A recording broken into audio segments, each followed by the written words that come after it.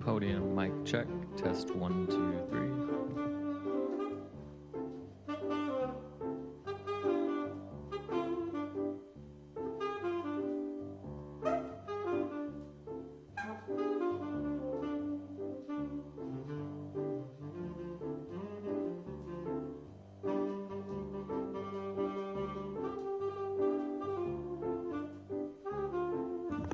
Test 1, 2.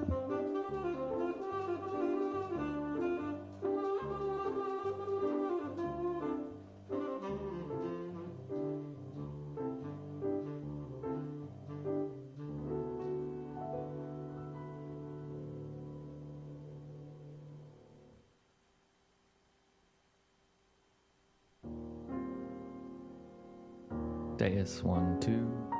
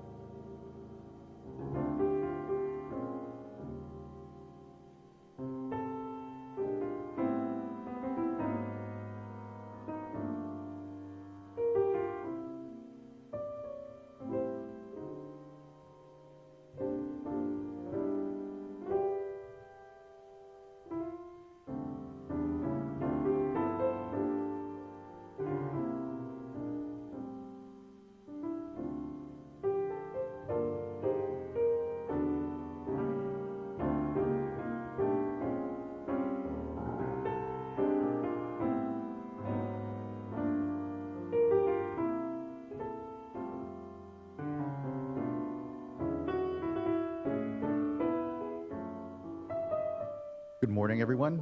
My name is Joaquin Esquivel. I'm chair of the State Water Resources Control Board. Today is Tuesday, October 3rd. It is 9:30 a.m., and I'd like to call this meeting to order. I'll begin by introducing my fellow board colleagues. With me here today is Vice Chair Doreen Diadamo, Board Member Nicole Morgan, Board Member Laurel Firestone, and Board Member Sean McGuire. Joining us as well is soon to be here our Executive Director, Eileen Sobek, our two Chief Deputies, Jonathan Bishop and Eric Oppenheimer. Our Assistant Chief Counsel here today is Ann Hartridge, and acting as Chief Counsel. And with us as well is our Clerk of the Board, Courtney Tyler, and assisting her is Emily McShane and Meredith Thompson. As you can see, this meeting is a hybrid meeting, and it is being webcast and recorded, and we have an in-person component here. For those of you joining virtually, you're either viewing through our customary live stream on YouTube Live or the Cal EPA website, but if you intend on commenting on any of today's items, you should be on the Zoom platform. There are instructions on how to do so, a link at the top of the agenda and a form. If you're having any challenges getting onto the platform, though, please do just email the clerk of the board at board.clerk@waterboards.ca.gov, and she can help you get on the platform. Once on the platform, your camera will be off, you'll be on mute and until it is your turn to speak on the item you've indicated. For everyone in the room, good morning, good to see you all. We're here in Sacramento in the Cal EPA building. A couple of announcements for us here as well.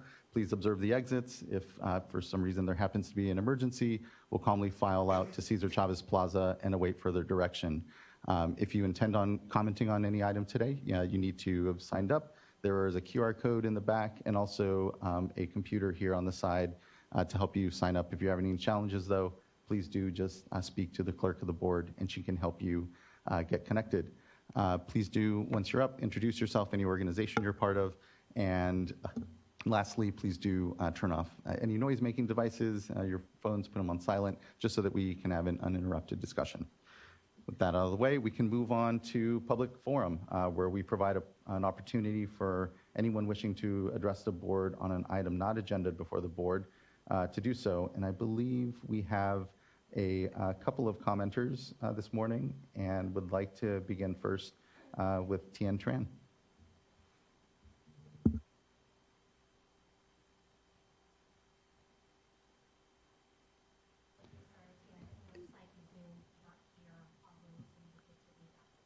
Okay, sorry everyone. One moment here. I think we started and folks on the Zoom platform can't hear us. So we're gonna dial back in here in a moment. So we'll just take a quick pause. Apologies for that, Tien.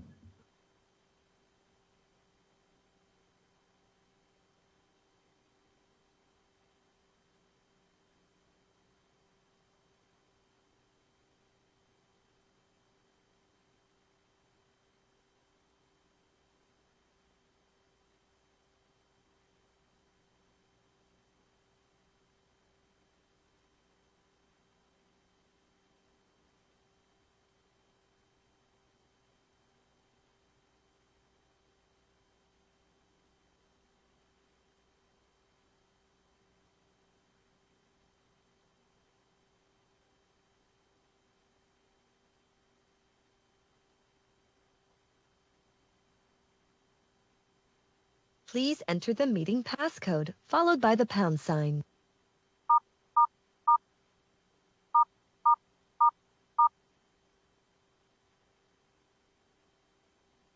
You are in the meeting now.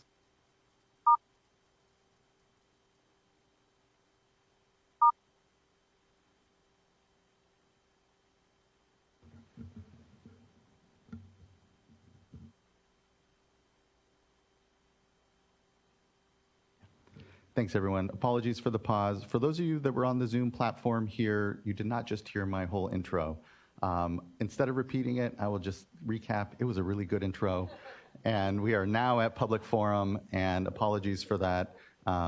Again, I think any of you that were on the YouTube live stream or the Cal EPA stream should have heard everything. And importantly, if you need to be on the platform, get onto it, and you will now be able to hear what we are hearing as well. So with that, we are at public forum and wanted to call up our first public forum commenter. For those of you, again, that were on the platform, I see a couple of you here for public forum. We're now in the meeting and at public forum. Ms. Tien Tran, good to see you, Ms. Tran. Oh, apologies, need a turn on the mic.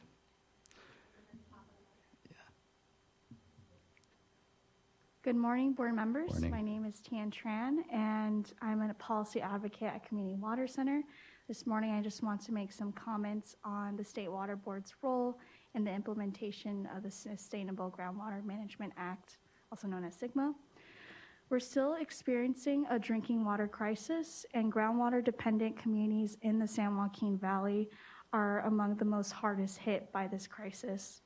Even with the storms, over 400 households across the state reported having a dry well this year. And independent research shows that current plans, if they are implemented, could cause up to 12,000 domestic wells being impacted or going dry, which would impact 127,000 people in the San Joaquin Valley. These numbers do not include the number of contaminated wells in the valley. Communities face significant health risks when they drink water contaminated with nitrates, arsenic, 1,2,3-TCP, hexchrome, PFAS, and a whole other list of contaminants. For residents experiencing dry, contaminated wells, this is the worst case scenario, and GSAs must ensure that their plans protect drinking water users from these worst case scenarios. Basins have discuss revising their sustainable management criteria, such as minimum thresholds and creating drinking water mitigation programs. While this is a step in the right direction, these basins have not adopted these changes yet. So we call on the State Water Board to uphold the human right to water and SGMA implementation and move the inadequate plans to the probationary process. Communities in the San Joaquin Valley are relying on you, the State Water Board, with your expertise, data, and authority to protect drinking water and SGMA. Thank you for your time and looking forward to working with the board and staff. Thank you for your time as well and for addressing the board this morning during public forum and the continued engagement around SGMA. I'm looking forward to, I know, what is going to be a lot further discussion here at this board around the important work, so thank you. Next, I'd like to call up Natalie Escobar Garcia from Leadership Council. Good morning, and hopefully you can hear us now. Yeah, I can hear y'all. Can y'all hear me? We can. Good morning. Thank you. All right. Good morning, board members. My name is Natalia Escobar Garcia, and on behalf of Leadership Council, I echo my colleague Tian's comments and add the following. With the implementation of SGMA, all groundwater users were entrusted with ensuring we put an end to our overdraft and achieve sustainable management of our groundwaters. As GSPs are currently written, we are concerned they are not on an adequate path to reach sustainability and that necessary actions to stop overpumping are not being taken. A recent study by Bostic et al. Shows that at 2020 sustainable management criteria, 9 to 16% of all public supply wells in the inadequate basins are at risk of being partially or fully dewatered if sustainable management criteria remains where it is currently set. If and when these wells are partially or fully dewatered, low-income communities of color will bear the brunt for inadequate SMCs, and the board will likely pay much of the financial price of implementation of drinking water solutions. This is an alarming and unacceptable outcome that the board must prevent. While some inadequate basins have begun conversations regarding changing sustainable management criteria, we still await to see if this new criteria will be protective of domestic wells and public wells, and if those changes will be accompanied by much needed demand management. We'd also like to continue to elevate the need for GSAs to proactively engage the public when addressing the deficiencies raised by the Department of Water Resources. We raised these concerns and others in our public comment letter submitted in partnership with Community Water Center, Clean Water Action of Self-Help Enterprises. We urge the board to move the basins into probation as quickly as possible and provide regular SGMA updates at board meetings to ensure progress is being made in SGMA implementation.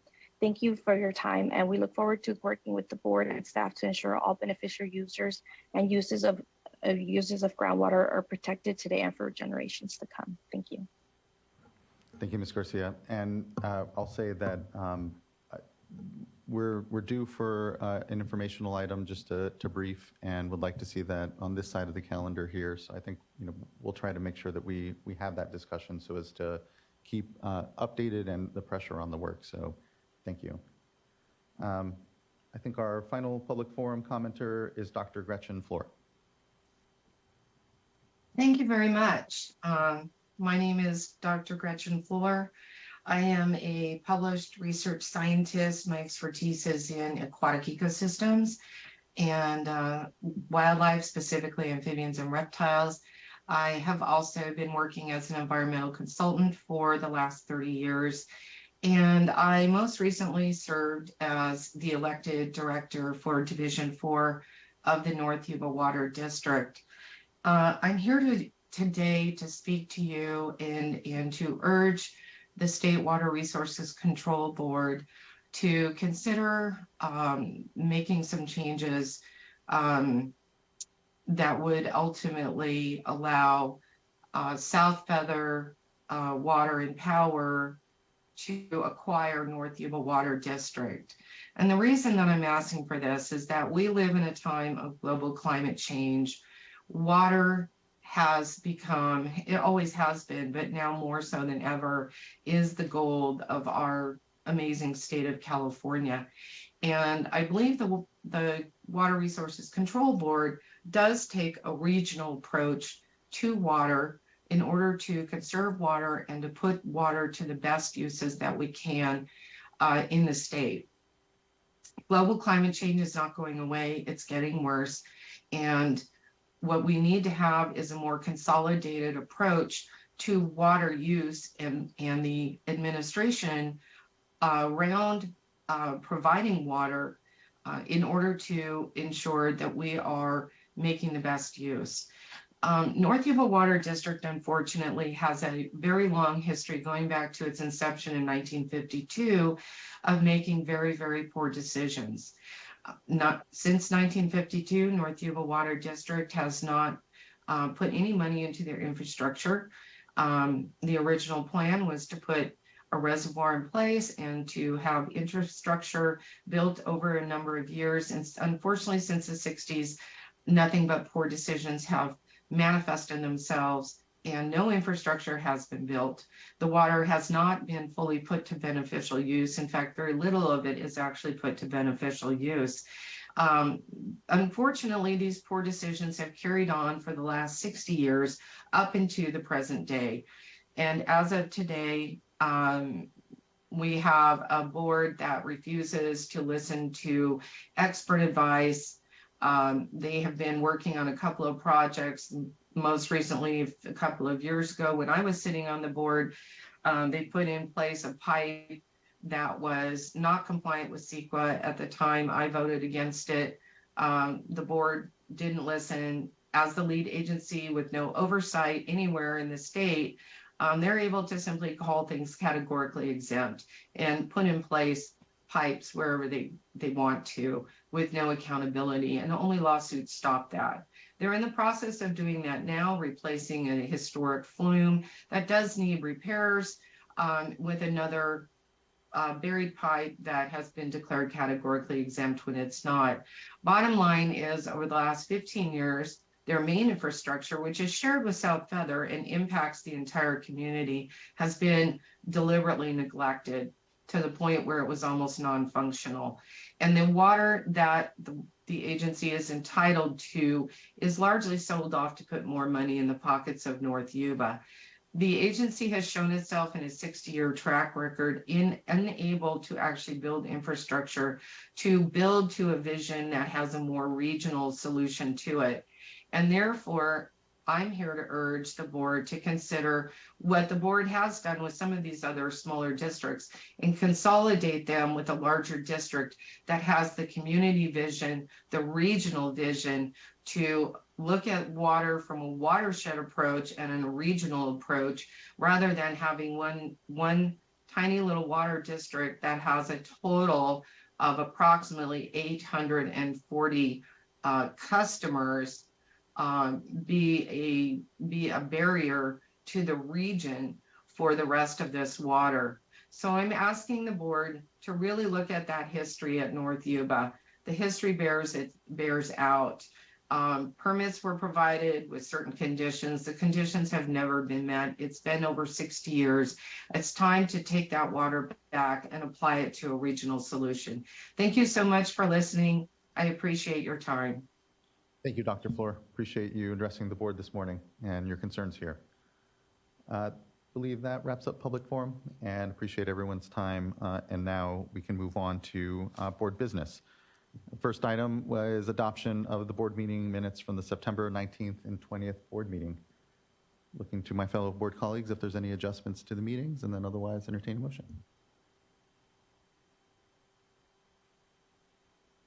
I'll make a motion to adopt item 1. I'll second. Thank you. A bit of a nail biter. Clerk, can you please call the roll call vote?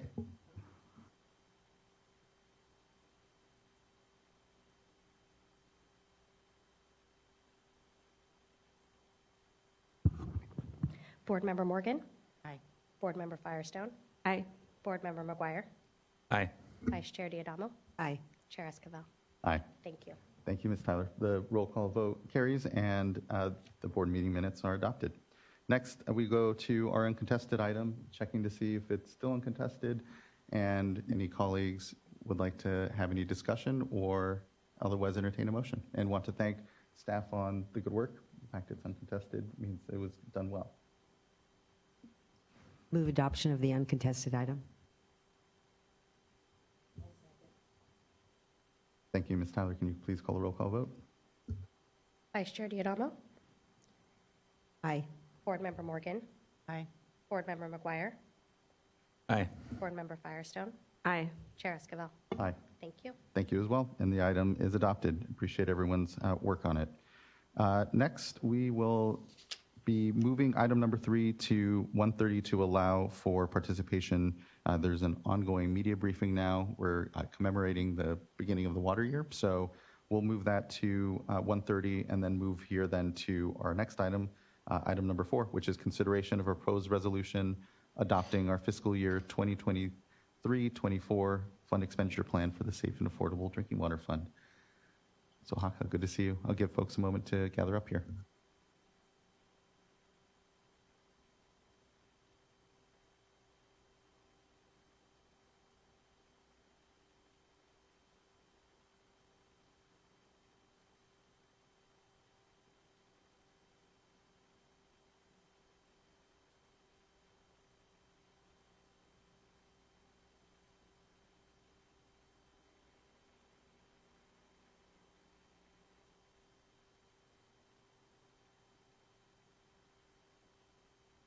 Good morning, Chair Esquivel, members of the board. My name is Jasmine Oaxaca, Supervising Engineer over the Safe and Affordable Drinking Water section in the Division of Financial Assistance. To my left is our Deputy Director, Joe Karkoski, and also Doug Bojak from the Office of Chief Counsel. Today, we are asking the board to consider adoption of the fiscal year 2023-24 fund expenditure plan for the Safe and Affordable Drinking Water Fund. And before I get started, I did want to take a moment to acknowledge my team and colleagues who work on the SAFER program. Some of them are here in the audience today. But there's been a tremendous amount of work done across the program from the Division of Financial Assistance, the Division of Drinking Water, the Office of Public Participation, and the Office of Chief Counsel. Next, please. First, I wanted to refresh everyone on what funding sources we're talking about when we refer to the Safe and Affordable Funding for Equity and Resilience Drinking Water Program, or the SAFER program. This includes all funding sources that the State Water Board administers that can fund drinking water projects. These range from capital planning and construction projects to non-capital projects such as interim water supplies, emergency repairs, technical assistance, administrators, and operation and maintenance, or O&M funding. The SAFER program's funding sources include various general fund appropriations for drinking water infrastructure, addressing per and polyfluoroalkyl substances, or PFAS, and other urgent drinking water needs.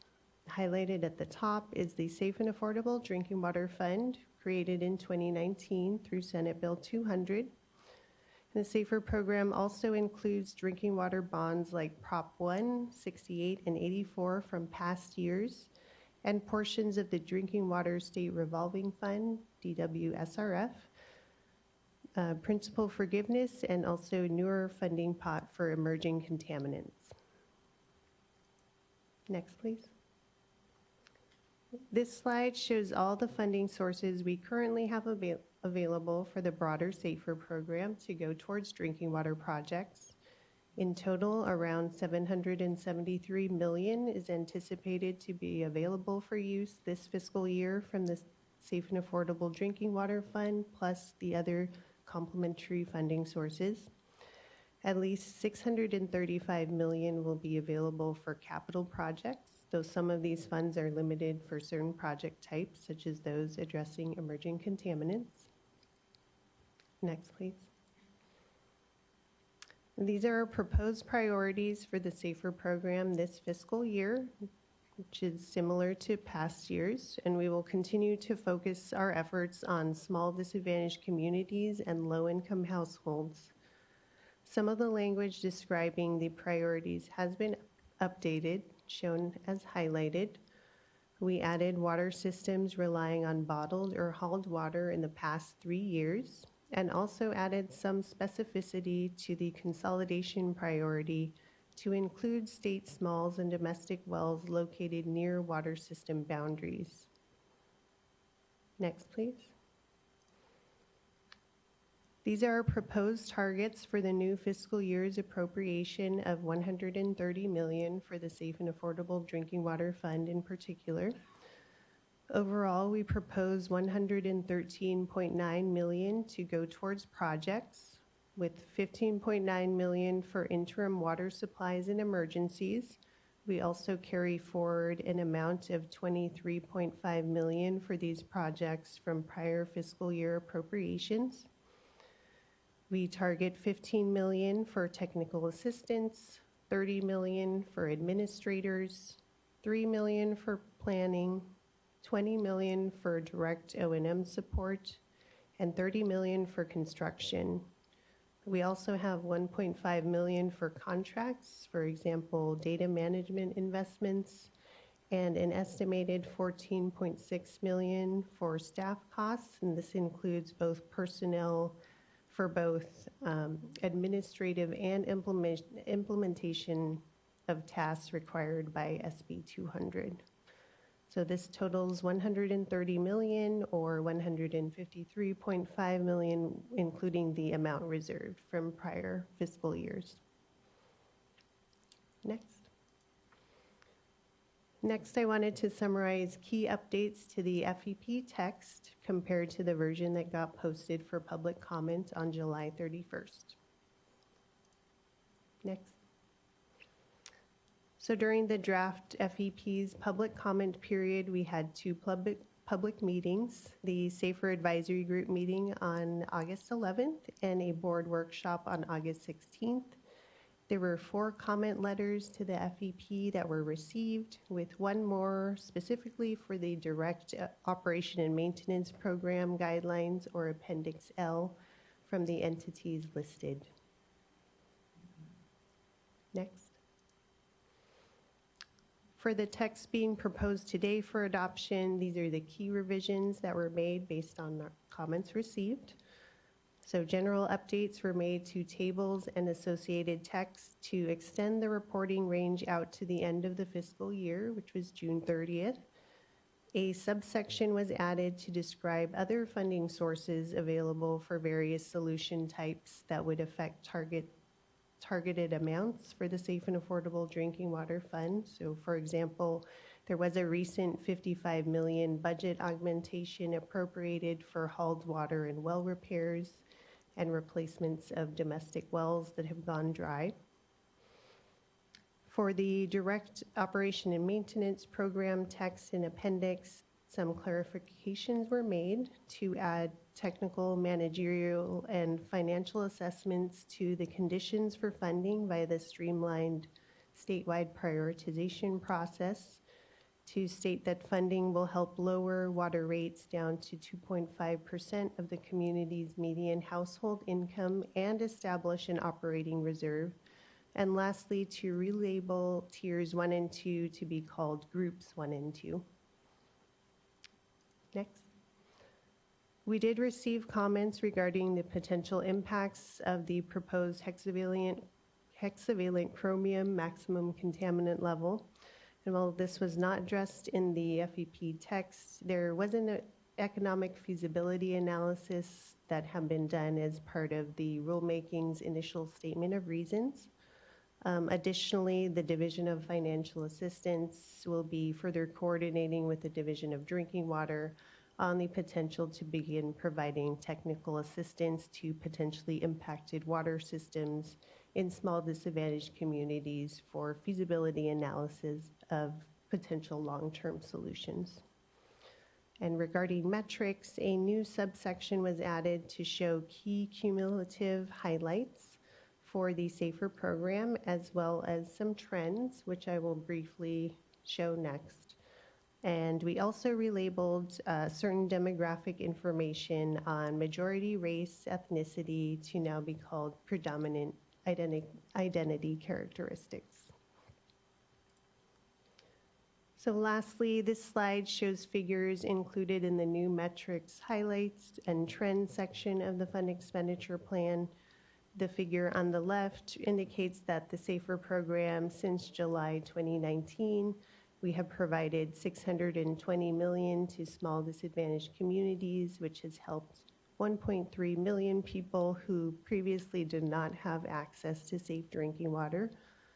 Other important statistics to note are the 4,600 households assisted with interim solutions, 90 drought resiliency projects funded, 150 schools receiving assistance, and in this past fiscal year, 65% of funding that was committed to failing systems benefited Hispanic-dominant communities.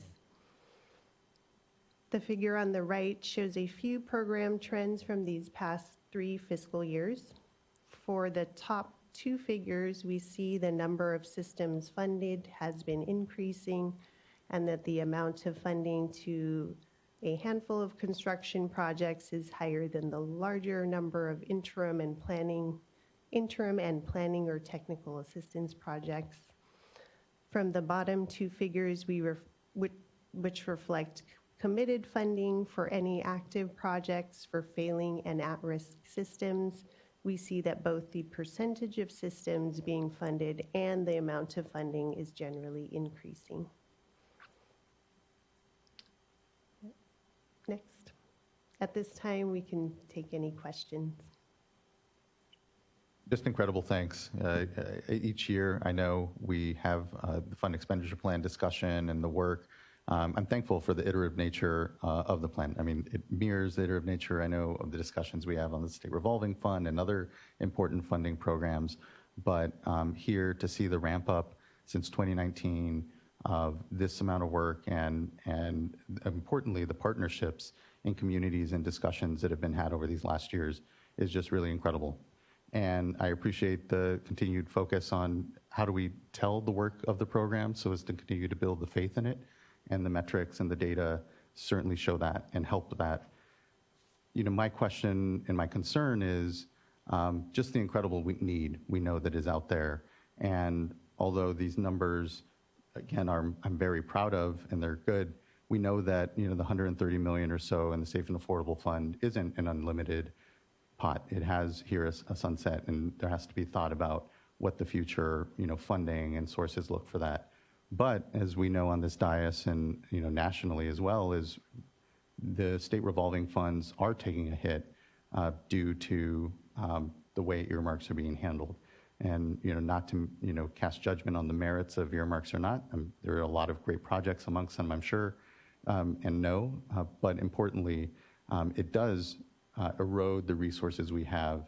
And, you know, I know Mr. Karkowski was so good recently to highlight, you know, the 20-year need that US EPA has identified at, you know, $86 or $83 billion. And, you know, we know what our funding capacity is in the SRF, and it's trending in the wrong direction, and it leaves me concerned around this work. And so, you know, I guess less question, and I guess more just commentary from the dais here. But, you know, how, I guess we just need to continue to keep that in mind as we tout the successes and here, yes, adopt another fund expenditure plan and the importance of it, but it does start to create, out-year obligations essentially with some of the financing we're doing and technical assistance, and building this pipeline, which we see. As we know, as this program was started, that pipeline of projects to construction wasn't there for our communities. The technical assistance, the funding, the capacity to be able to get a project to construction funding means that there's something of a lag here. And so I guess, again, it's just comment from the dais as, wanting to make sure that as we look at the number of systems and the amount of money going out, we're also keeping in mind of, that exponential need that we continue to see out there amongst it. And I guess the question is, how best do we continue to capture that in some of our programs so that we can continue to be successful as we engage with the legislature or others, that, we're at a real critical moment and a lot of great progress and, and fortunately, decades and, to hear a generational need that we're finding in so many communities. So, Board Member McGuire. Yes, thank you for that comment. I agree with you. We have huge fiscal challenges. We all want to realize the human right to water for our state, and for all these water systems are very deserving of safe drinking water and should be able to provide it for their residents, their customers. And so it's hard to hear the needs out there. Yeah, I agree. Thank you, Mr. Korkowski, for sharing that study. And for me, it seemed realistic. And I know the needs out there are significant. Our own needs assessment shows that. And it's really only a small fraction of what's to come. And so I just also wanted to thank staff for the discussion about the hexavalent chromium MCL and the ability to provide some additional technical assistance in the feasibility analysis for long-term solutions. So, and I think about that in the context of the long-term needs, and not just hexavalent chromium, but PFAS and the other emerging contaminants and things that are coming down the pipeline that are only going to add to the needs that are already currently on the books. So I think it's really going to come down to some tough choices and tough discussions about priorities when we have limited funds, when we have so many water systems that are in need right now today, just to meet the standards that we currently have. So I know it's not going to be easy to map this out and figure out where do we go from here with dwindling resources, but willing to put the work in. And hopefully, I think this fund expenditure plan and the metrics that we're tracking and the way we're going about it, diligently working with communities, is really remarkable. And thank you for all the good work that you've put into this plan. I'm very proud of it and the progress that's been made over the past few years. So thank you for that.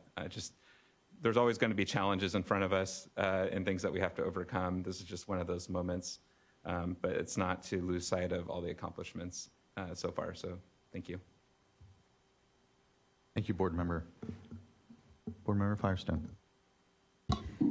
Yeah, thank you, and echo all the comments that have already been said, and thanks for all the great work, and thanks to the staff that's been doing great work over the first few years of this program. I'm also just really proud and grateful for this program and the way it's building this whole array of really proactive tools and transparent metrics. I think it really helps us get a handle on the reality of what it's going to take to address these issues, and really have to grapple with the next few years. I think as we get systems shovel ready, shall we say, it's also aligning with the time that there's less funding coming from the feds, and so we're going to, and sort of fiscal constraints across the board. So I think we're going to have to really now's the time for us to be really leaning into making sure that we have the funding needed to get these hundreds of systems and schools across the finish line. Really appreciate the priorities, and I think the the ability to see how this type of program really is investing in those communities that have been disinvested in, that don't have the resources to address these issues, and are really creating, this is truly proactively ensuring we're trying to address racial equity challenges that we have across the state in terms of access to safe drinking water. So I just appreciate the really good work. I think it's sobering, and I look forward to kind of the next work ahead. And I guess lastly, I'll just say I was fortunate to go. Joe Karkowski was, and some other folks, but Joe and I got to visit some of the systems in the Valley a couple weeks ago that had benefited from some of these funds, and a school that's hasn't had safe drinking water for their kids for a long time. So just with each of these numbers and each of these communities, it's always, I think, just really important for us to go back to what that means for real people's daily lives that have gone, in many cases, decades without safe drinking water from their tap, and we're finally able to start changing that. So appreciate the work that everyone does every day to do that. You're here. Thank you, Board Member. Board Member Morgan. So I too echo the comments that have already been made, and just wanted to add, I really do appreciate that this is truly a program. It's a funding program, but then it's also, partnering the financial piece with also the working with the Division of Drinking Water and taking a look at the long-term needs and looking at the technical aspects of the what those needs are, and with the, so it's a safer program, and taking a look at what the needs are, and so doing the needs assessment also annually. And with that, looking at, hey, so here's the funding that we have, and looking at prioritizing those and doing the needs assessment and saying, here's the at-risk systems, here's the failing systems, and working through and partnering that with the needs assessment and those long-term needs, and looking at the systems. And so being proactive versus reactive to just the systems that come to us for funding. And with that, we're taking a look at the funding piece today and looking at the wonderful progress that has been made. And so just as we're looking at that, also take a look at that partnership of the full program of, hey, here's the great progress that we've made with our funding, which we really do need to continue to highlight more and more.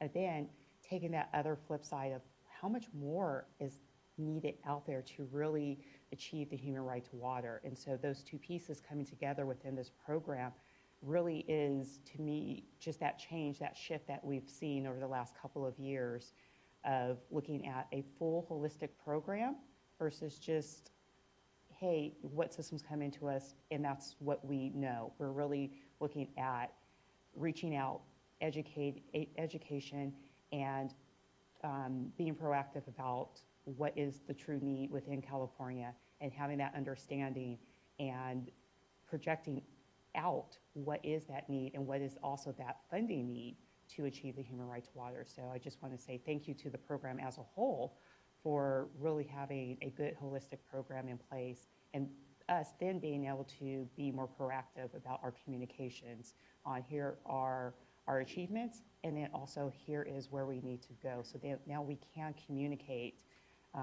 and hear from advice. We can say, hey, we are going to have a shortfall in the future, and how can we be more proactive about how to keep our program going, and we can have that more holistic conversation. So thank you. Totally agreed. Thank you, Board Member. Vice Chair.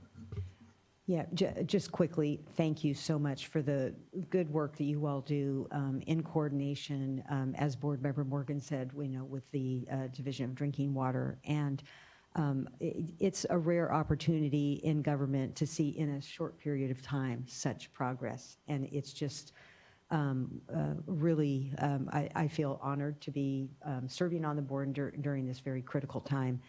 The only piece that I would add is that I see these materials constantly improving in terms of that important communication piece, and that's going to be so important as we move forward to communicate with important voices for us that can help us obtain additional funding and, of course, ongoing funding. We can't assume that at the end of the 10 years that we're going to receive funding, through the state. So just encourage that critical piece of not just the documents, but working with the Office of External Affairs on communication, in particular where we have opportunities to get out in districts during ribbon cuttings and that sort of thing. Thank you. Great points by Chair. And, for me, the data components of all of this have been just incredible to see. And it's what's allowed us to see our communities in the, complex, challenges that they face for the first time, I feel, really. And to, Board Member Morgan's point, it's about the intentionality that we're able to then, execute with that data that is, I think, the effectiveness of this program. So just thanks incredibly. And I think we have here, we don't have any commenters, I believe. So I think unless there's any further board discussion, we could be ready for a motion.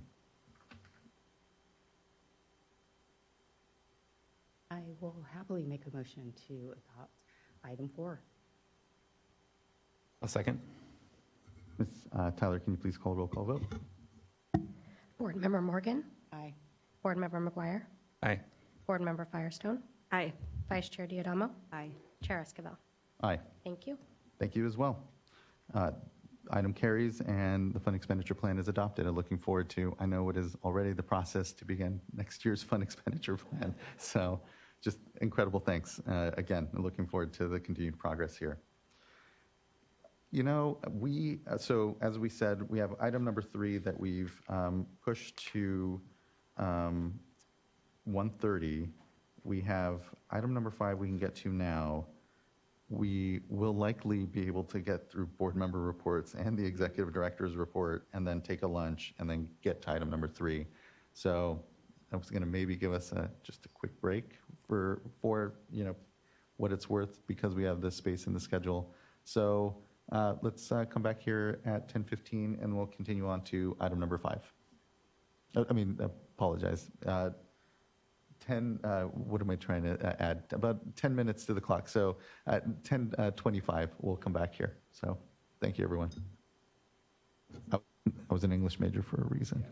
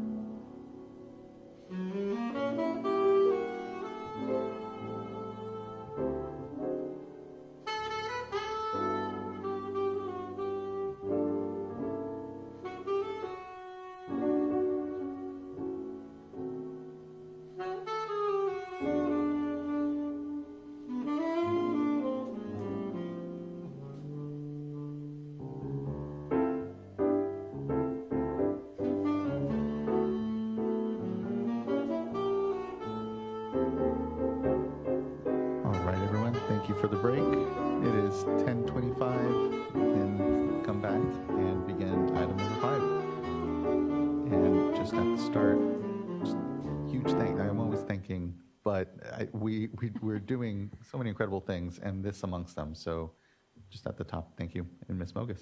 All right. Well, from the top, you're welcome.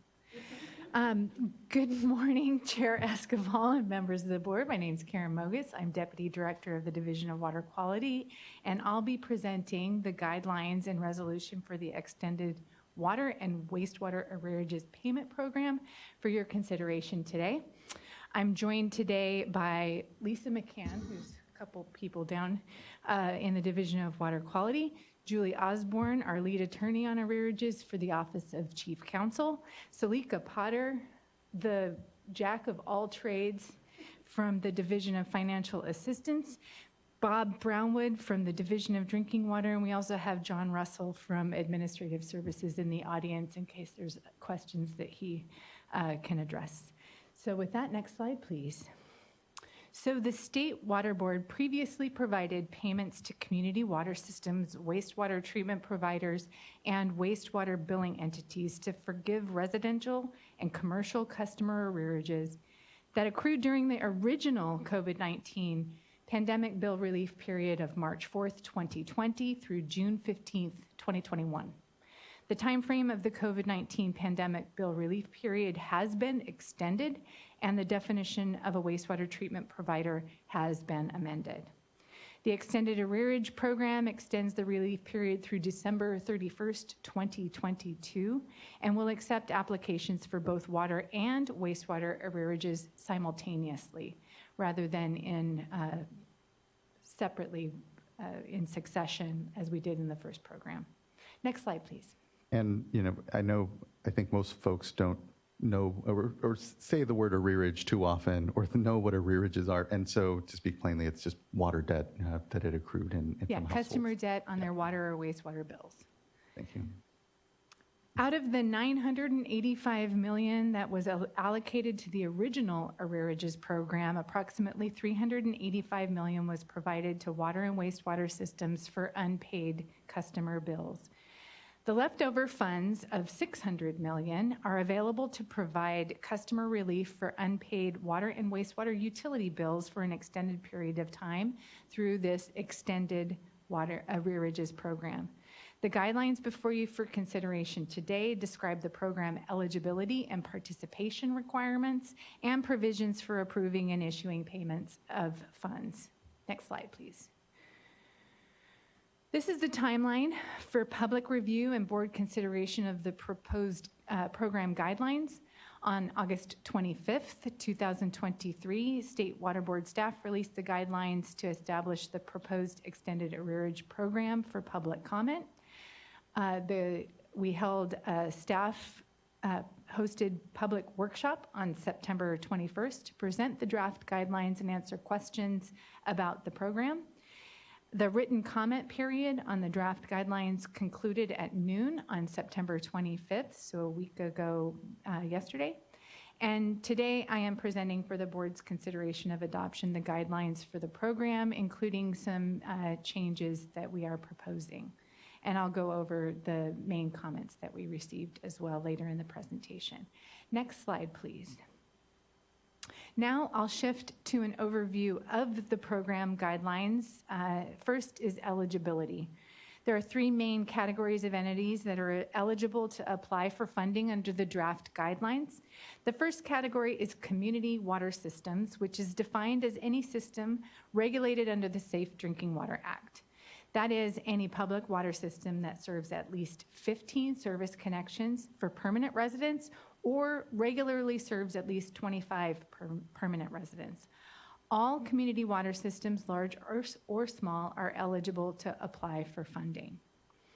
The second category is wastewater treatment providers, defined as either of the following: a city, county, special district, or joint powers authority that provides wastewater collection, treatment, or disposal services through a publicly owned treatment works, or a privately owned facility used in the treatment or reclamation of sewage or industrial waste and is regulated by the Public Utilities Commission. The third category of eligible applicants is wastewater billing entities, which is defined in the draft guidelines to include any entities that bill customers on behalf of wastewater treatment provider, such as a city, county, or special district. Next slide, please. The State Water Board will provide access to an online portal to submit applications. We'll be asking applicants to provide the following documentation: the record or number of customer accounts in arrears and for how much, a completed disbursement request form, which is a summary of the total arrearage funding request signed by the authorized representative of the applicant or their designee, a tax ID request form that we have on file, what the employer identification number or tax ID is for IRS purposes, a unique entity ID required by the Department of Finance. Additional documentation may be necessary to process applications, and we will be providing templates for this documentation for applicants to complete to hopefully make it as easy as possible. Next slide, please. To participate in the program, approved applicants will need to waive any late fees assessed or interest accrued by the customers due to the debt. Bill credits will need to be credited to customer accounts within 60 days of receiving payment from the State Water Board. Applicants will need to provide written notification to customers notifying them that the provider or billing entity has received arrearage funding from the State Water Board using Federal American Rescue Plan Act funding, and that the funds have been credited to the customer account. And finally, approved applicants will need to submit a report on expenditures and customer credits, basically a report documenting where and how the funds were spent. State Water Board staff will process disbursements as soon as complete applications are received and reviewed. After the close of the application period, all applications will be totaled. If the total amount of applications is less than the $600 million that are available for the program, all eligible applications will receive 100% of the amount that they requested. If the total amount exceeds the funds available for the program, each eligible applicant will receive a proportional percentage of their application amount, and the calculation for that proportion is included in the guidelines. Staff will prioritize the timing of disbursements to small applicants serving small communities. Staff may also prioritize the timing of disbursements to applicants serving disadvantaged communities as well. Next slide, please.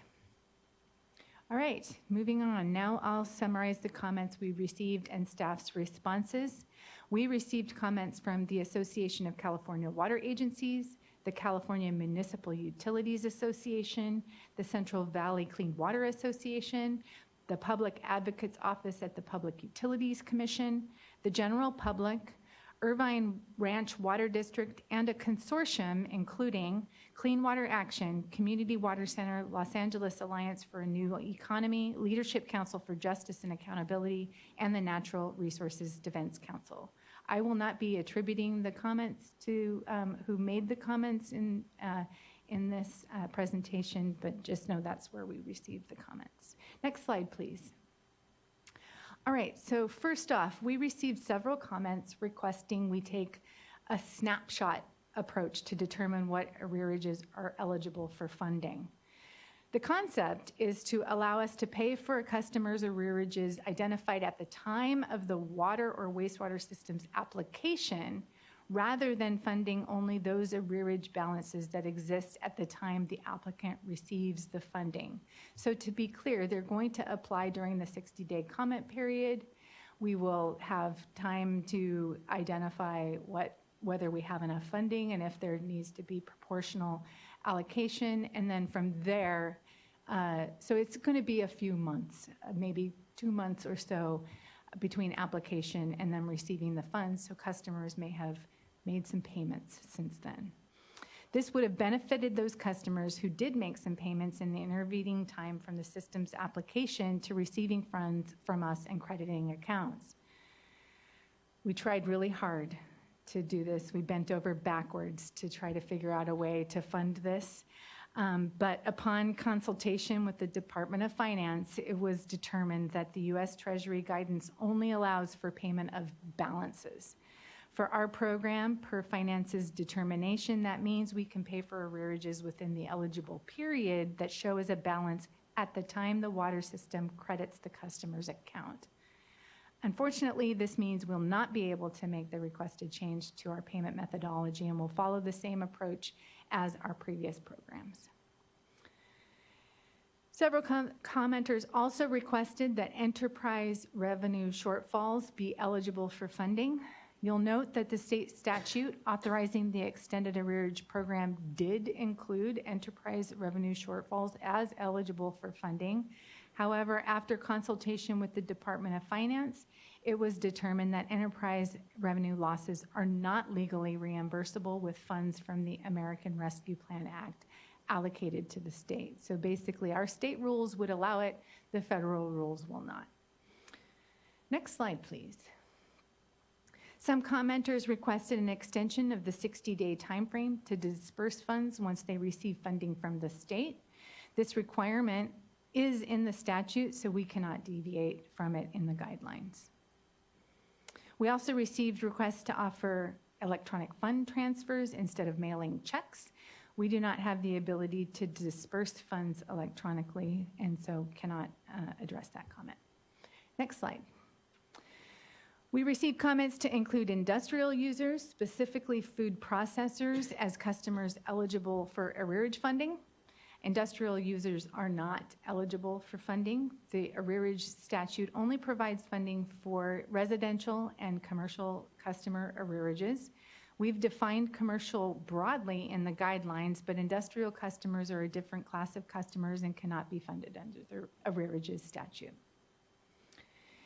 We received comments requesting that we reimburse small community systems for the full amount requested, even if there are not enough funds to cover all eligible applicants' requests. Per the statute, as I mentioned earlier, if there are not enough funds to cover 100% of the requests, we must allocate the funds proportionally to both water and wastewater systems and their customers.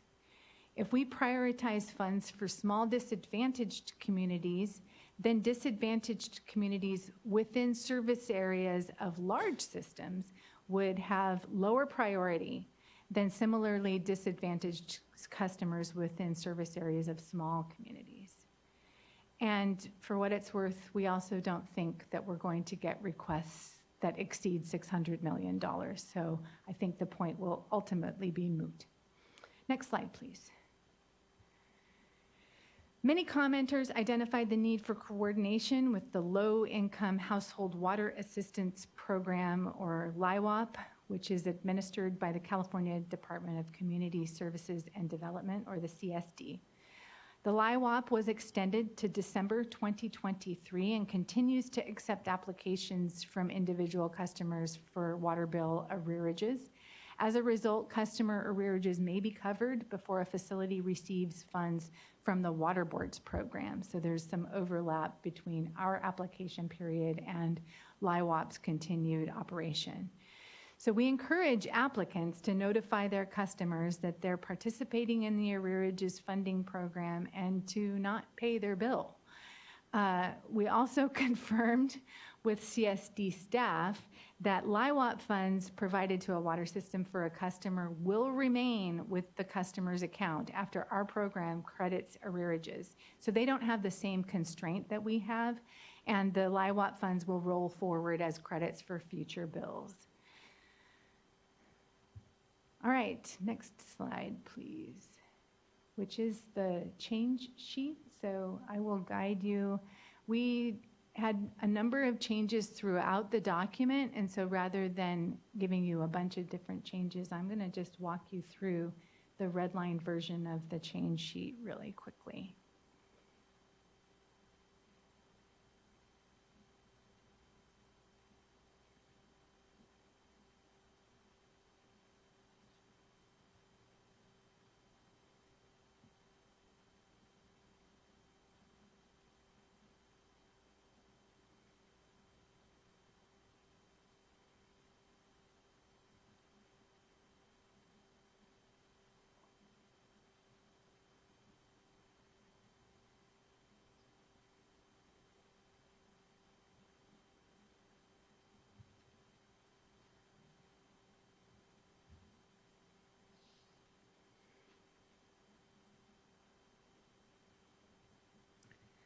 right, start with page 6. So I spent most of the time telling you what changes we weren't going to make, but we actually did make some changes to clarify. So if you have the copy in front of you, page 6, and it'll be up here, we added closed accounts to the list of eligible arrearages in the definition of past due bills. Some of these changes also were reflected throughout the document. I'm just going to touch on the first one and know that we went through and made all of the changes necessary throughout. Also on page 6, we allowed for flexibility in the duration of a payment plan. There was some confusion about the note of 12-month payment plan, so we made sure that there's some flexibility in the duration of it. The next is on page 8. Thanks. We removed the customer notification for arrearages that replace funds applied through a customer assistance program. This caused confusion in the original program, and so agreed to allow that flexibility. Next one is on page 9. We clarified that customers already enrolled in a payment plan do not need to be re-enrolled in a new payment plan. Next is page 11. We removed the reference to a pre-application survey. Somehow we missed one, and so we had to take that out because, of course, we are not conducting a pre-application survey. We're just going straight into the application period. Next is on page 12. We clarified that administrative costs up to 3% of the arrearages identified in the application is eligible for funding. Next is on page 13. Clarified that late fees applied to debt accrued outside of the COVID-19 relief period do not have to be waived. Also on page 13, we clarified language encouraging facilities to modify their accounting systems or use other methods to maximize the amount of customer arrearages eligible for funding. Also on page 13, clarified the customer notification requirements. And on page 14, we clarified that facilities must restore service to customers whose service has been discontinued for customers who have arrearages that will be funded by the extended arrearage program. And finally, on page 15, we clarified the prohibition of shutoffs does not apply to customers whose debt accrued entirely outside of the full COVID-19 relief period. And those are all the changes that we were able to make in the guidelines and are proposing for your consideration today in the change sheet. So going back to the presentation, sorry to be complicated. I'll just say it's a timeline. Once the guidelines are adopted, the application period will open in early November. As mentioned before, the application period will be 60 days and will close sometime in early January. And we will begin distributing funds in around February of 2024 and hopefully be finished with funds dispersion in April. And then my final slide is my recommendation to you that the board adopt the resolution and the guidelines for the extended water and wastewater arrearage payment program with the changes identified in the change sheet. And that's all I have for you today, and I won't be answering questions. I've made it clear that OCC and DFA are responsible for answering all questions. No, I'm just kidding. Thank you. And just not lost on me how just nation-leading this work is and how complicated it is. So no need to apologize about being complicated. The work itself is very much so, and it's reflective in the discussions. And I just want to thank the advocacy that's gone on from the systems and the engagement from board members and everyone on the work to try to maximize as much as we can the dollars getting out the door. And we saw, certainly with the first round, things that we learned and improved here in this one. And just appreciate really shaking out all the opportunity to get as much benefit out to communities and out to households as possible. Again, we don't see this sort of ability to touch so many accounts and so much benefit, and in the nation anywhere. And so, just thank you for all that leadership amongst it. I don't have any questions here. I'm looking forward. I think we have a couple of commenters, but don't know if any board members want comment or question. Board Member Firestone. Thanks, and echo everything you said, and just this is a huge amount of work on, and I think, again, reflection of how successful the first round was and the learning that we did, and how I think just great engagement by our staff and all the parties trying to sort through what's possible and how to make this effective, even more effective. There's a number of things that I know we were hoping for that didn't work out, including the snapshot, like you said, but also in terms of enterprise revenue shortfall. There's I think we're all anticipating that if we, or as we implement this as proposed, we'll end up leaving some money on the table, unfortunately. And I think we also know there's a lot of folks in need. And so I know everyone's been trying to figure out what we can do to maximize the amount, that our ability to get money to customers. On the federal side, the restrictions on enterprise revenue shortfall seem to be that the money has to go to customer accounts and can't go to the water system. And I just would, I know we've really tried to explore that as best we can. I really would like us to, and maybe this is also kind of appealing to stakeholders that have been involved too, but for us to look at, are there opportunities to identify strategies where water systems could apply for revenue shortfalls, but restrict that to customer benefits rather than putting it back into their main kind of general fund streams in order to address whatever federal restrictions there are. I think we're at a point where we need to move this forward. I don't want to hold this up. We don't have a great option to do that right now. But I do think we have time before, this money needs to be spent, and some really good, creative, dedicated thinking to figure out how we can make use of really unprecedented funding for this that does not come easy, to be able to be used for customer accounts, I think is something, we all really need to be putting everything we can into. So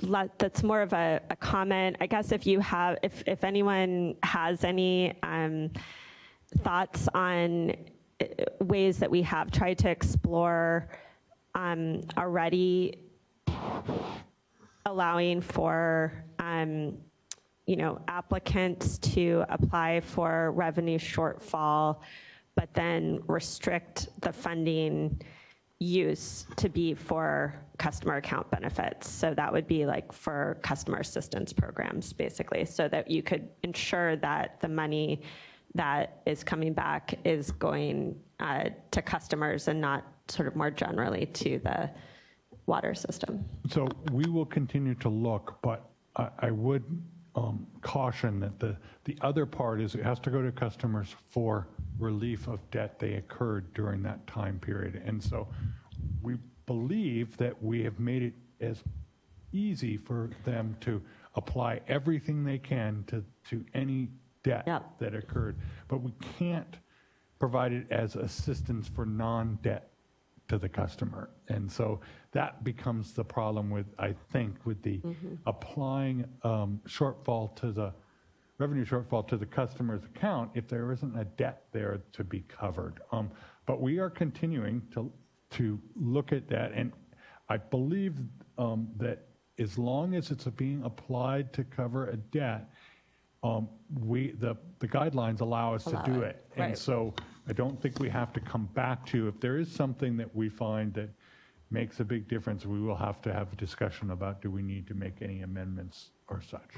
Yeah, no, thank you. And I know I think everyone's been trying to be very clear that we're trying to be as broad as possible in interpretations here. So great. Well, I look forward to hearing any commenters and just, I think, continuing to engage on this to try to make sure we get as much money out as we can to folks that need it. So appreciate it. Thank you, board member.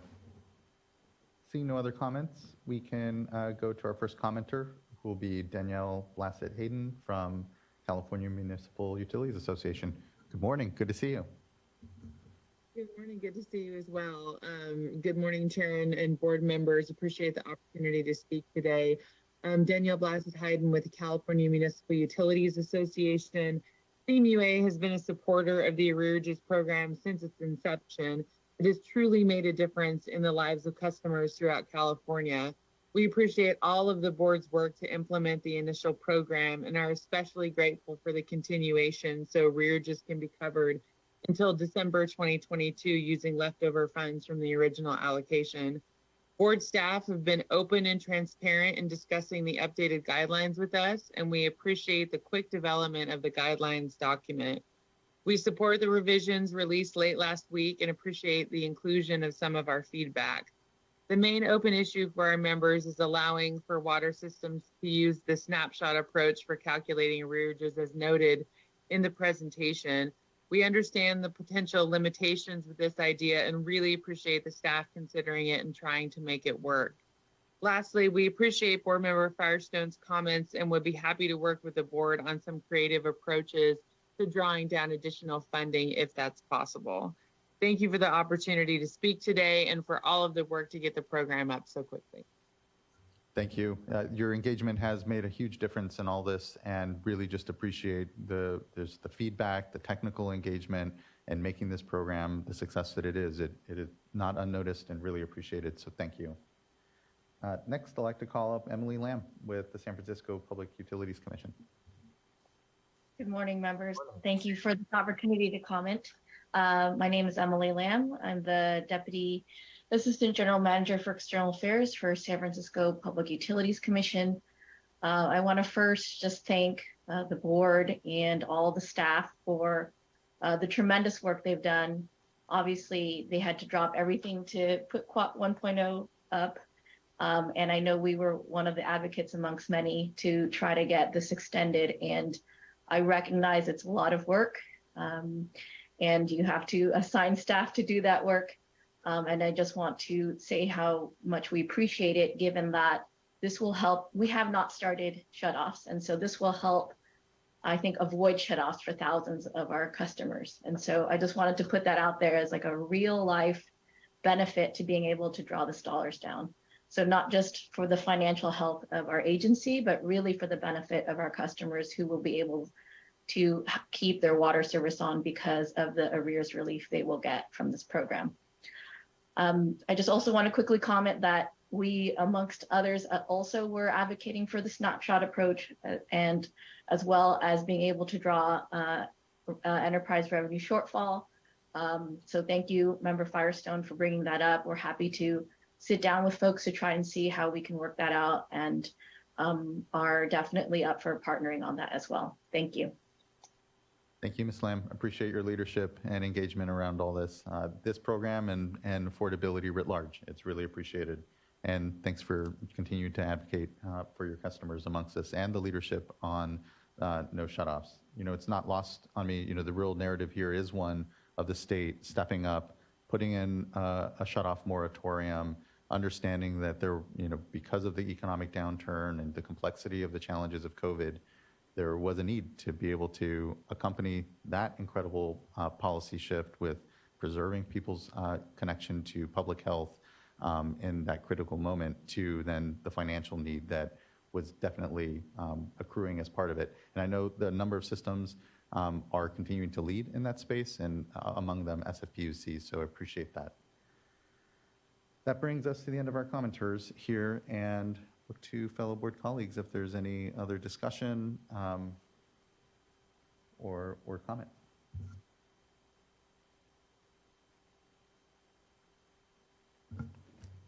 Board Member Firestone.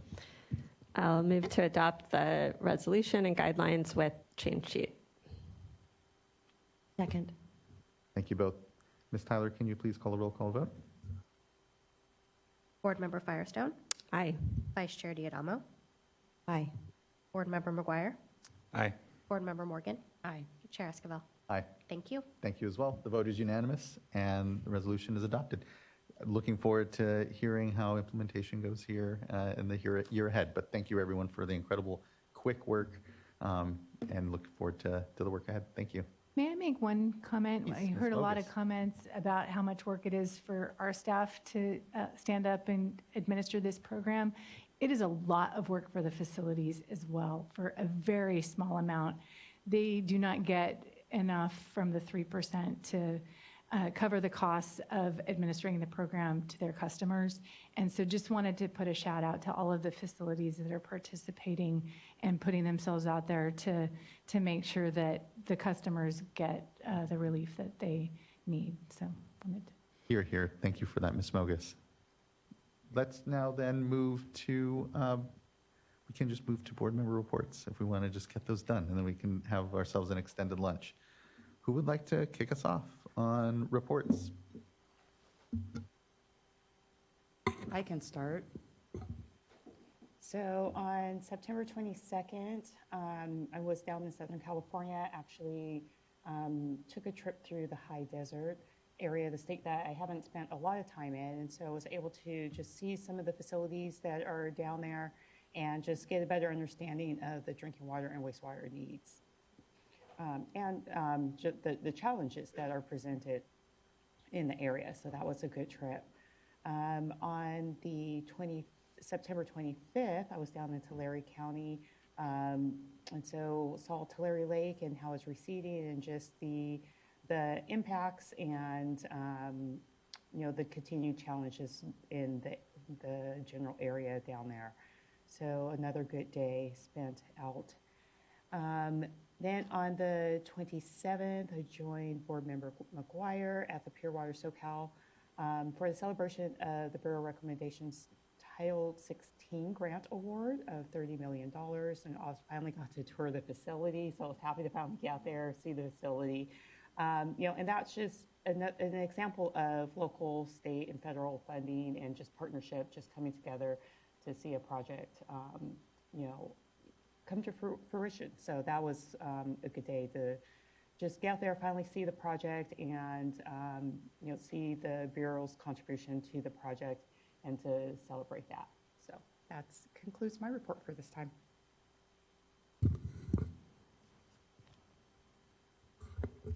On September 21st, I was able to be part of the Sacramento Groundwater Authority's 25th anniversary.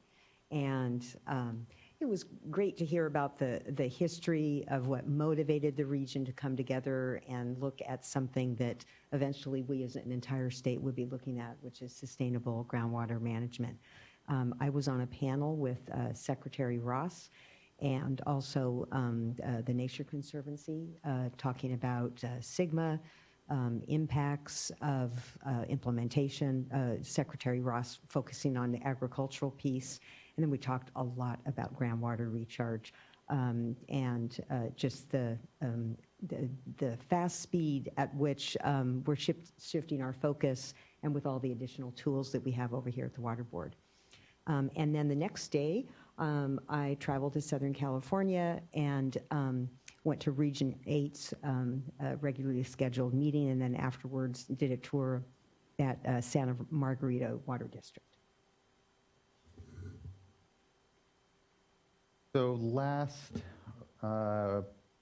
Thursday and Friday, the 28th and 29th, I was invited actually by now Secretary of the Maryland Environmental Protection Agency, Serena McElwain, and Undersecretary prior at Cali, PA, to a symposium discussion around the development of a collaboratorium around water issues. So water quality, here in the Chesapeake, we know is top of mind. I mean, it's one of the estuaries here nationally that has received a lot of resources, a lot of discussion, a lot of attention.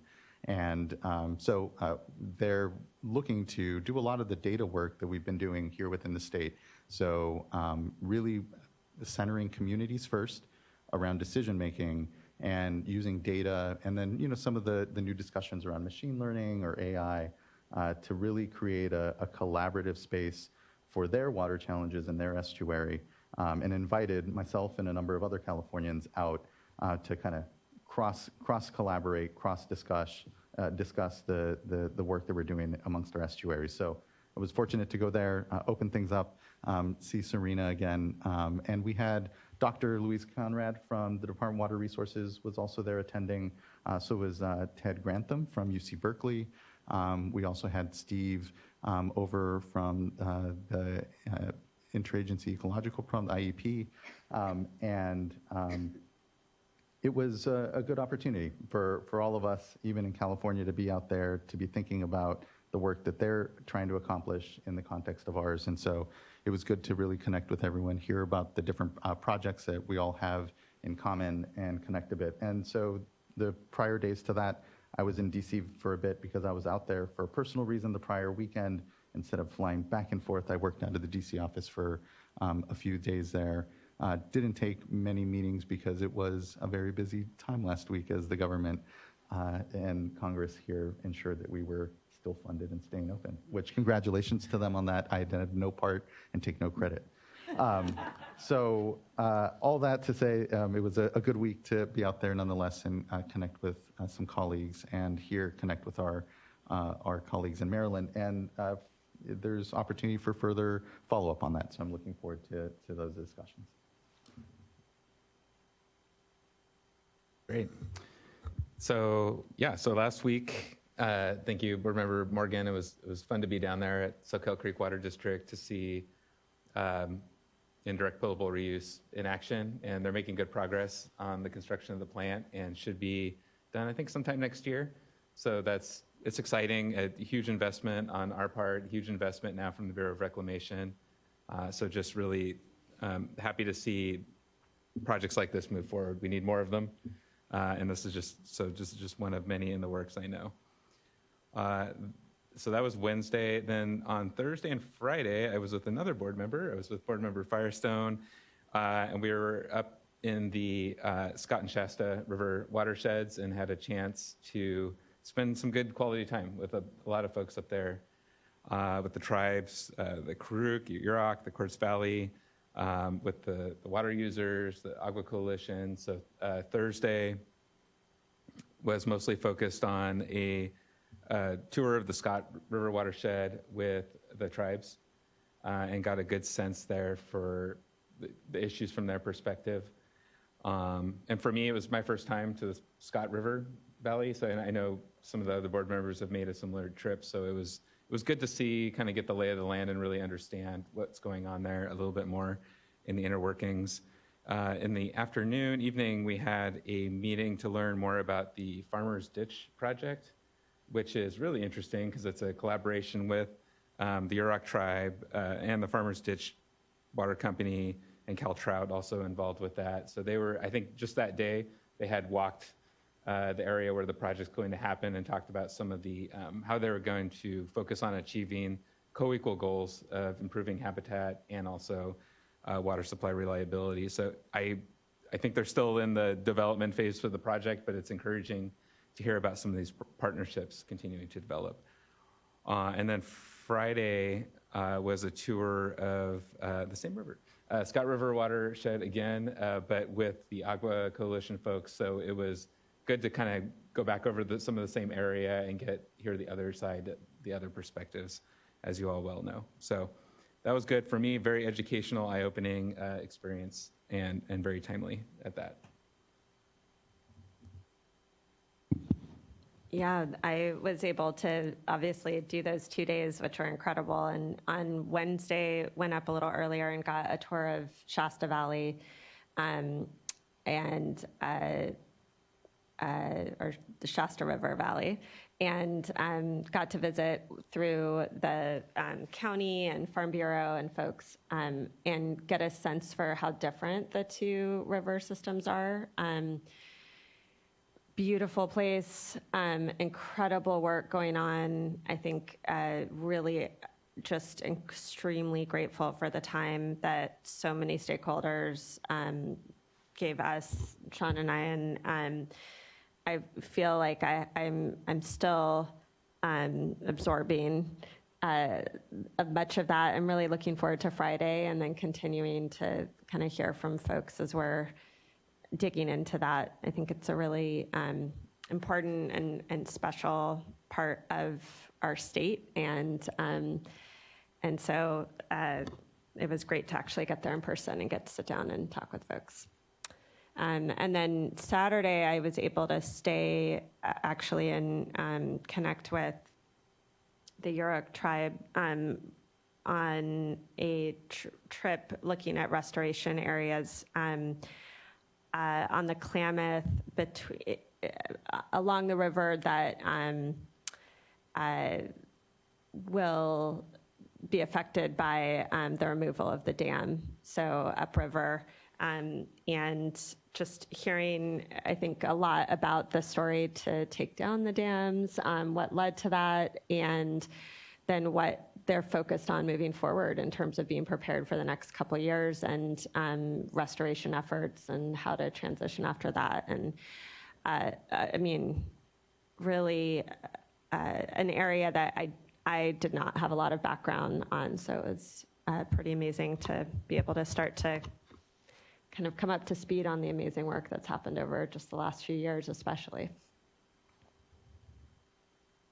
Fantastic. It is an exciting time in the region, and as we know before here at the board, given all the work, so thank you for making that time and spending it up there. I know that it makes a huge difference in all the work that we're doing here when we're out in the community, so thank you. With that, it wraps up board member reports and brings us to the executive director's report. So Beck. No, I don't have anything to add to the report. Thank you, thank you. Okay, that brings us to the end of our agenda for now. We will have item number 3, which is our hydro update at 1:30. That brings us to probably one of the longest lunches I think I've ever afforded us here. Yeah. You're welcome. It makes up for all the other shorter lunches, perhaps. Yeah. Just don't expect this tomorrow. No, so we will be in recess until 1:30, and we will continue with item number 3. Thank you, everyone, for the productive morning. Looking forward to our hydro update. Thank you. See you at 1:30.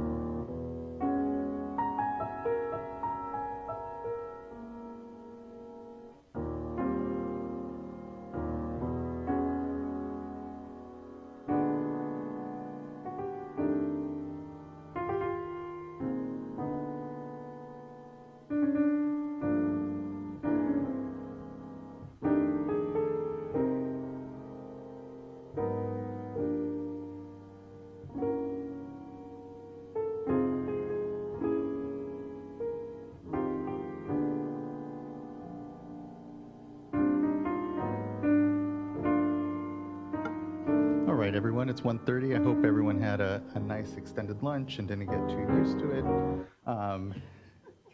Good. Thank you so much. We're back here now for item number 3, and without further ado, would kick it over to Mr. Ekdahl, and wanted just at the top as well, thank Dr. Anderson here, Mr. Anderson, for being with us, our state climatologist. It means a lot for you to be able to join. Thank you. Thank you, Chair Esquivel, members of the board. I'll look to Courtney to see if there is a slideshow and a PowerPoint, and my thanks in advance to Courtney for entertaining my multiple revisions of the slideshow up until the very last second. But it looks like we've got the most current and up-to-date one.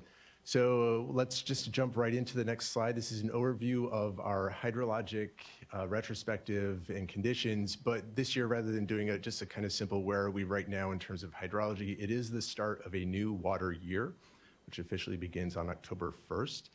And so we're taking this this board meeting to do a little bit more of a deep dive and a retrospective of what happened over the previous water year.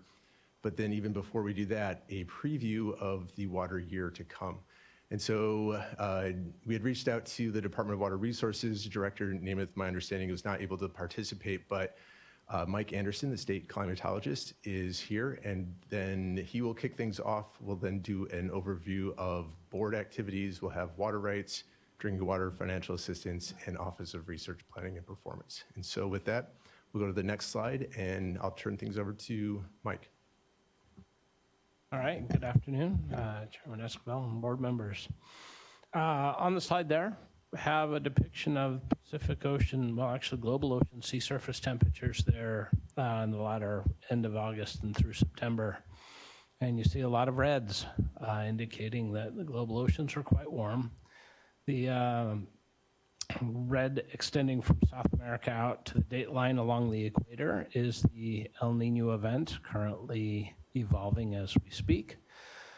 Maybe more importantly is that red patch between Hawaii and North America. This is a marine heat anomaly about the size of the continental United States. This impacts that equator to pole temperature gradient that is key to how the jet stream sets up. So what we'll see here are the influences of El Nino on the jet stream, but modulated by some of these features that haven't been there in past decades. So let's go to the next slide. All right, well, here's a quick summary of a retrospective of this past year and what a year it was. The first quarter of the water year, we were staring year 4 of a record-setting drought square in the face, but a hint that something might be on the horizon. Didn't quite realize how big a thing it was going to be, as we had winter in 3 weeks. 46% of the average annual precipitation fell in that 3-week period. Normally in December, January, February, we get about 50%. Awesome, thank you. That should help. All righty. We also had 86% of a seasonal snowpack accumulate in those 3 weeks. So really impressive series of 9 atmospheric rivers that hit. Went dry for a month, so you think, okay, well, it came in 3 weeks, but it still arrived. Great, but then we launched into an even more unique set of extremes, starting with a series of cold storms, putting a lot of snow where snow normally doesn't fall, really piling onto the snow that was already in the high country, and then following it with more atmospheric rivers leading to those spring floods. As you see there with the star, our peak snowmelt a little later in the season because of that rather phenomenal snowpack that set up. We also had another unusual visitor with Tropical Storm Hillary there in August, in part due to, with the developing El Nino, the tropical winds tend to ease up. So the winds that would normally blow them off towards Hawaii weren't there.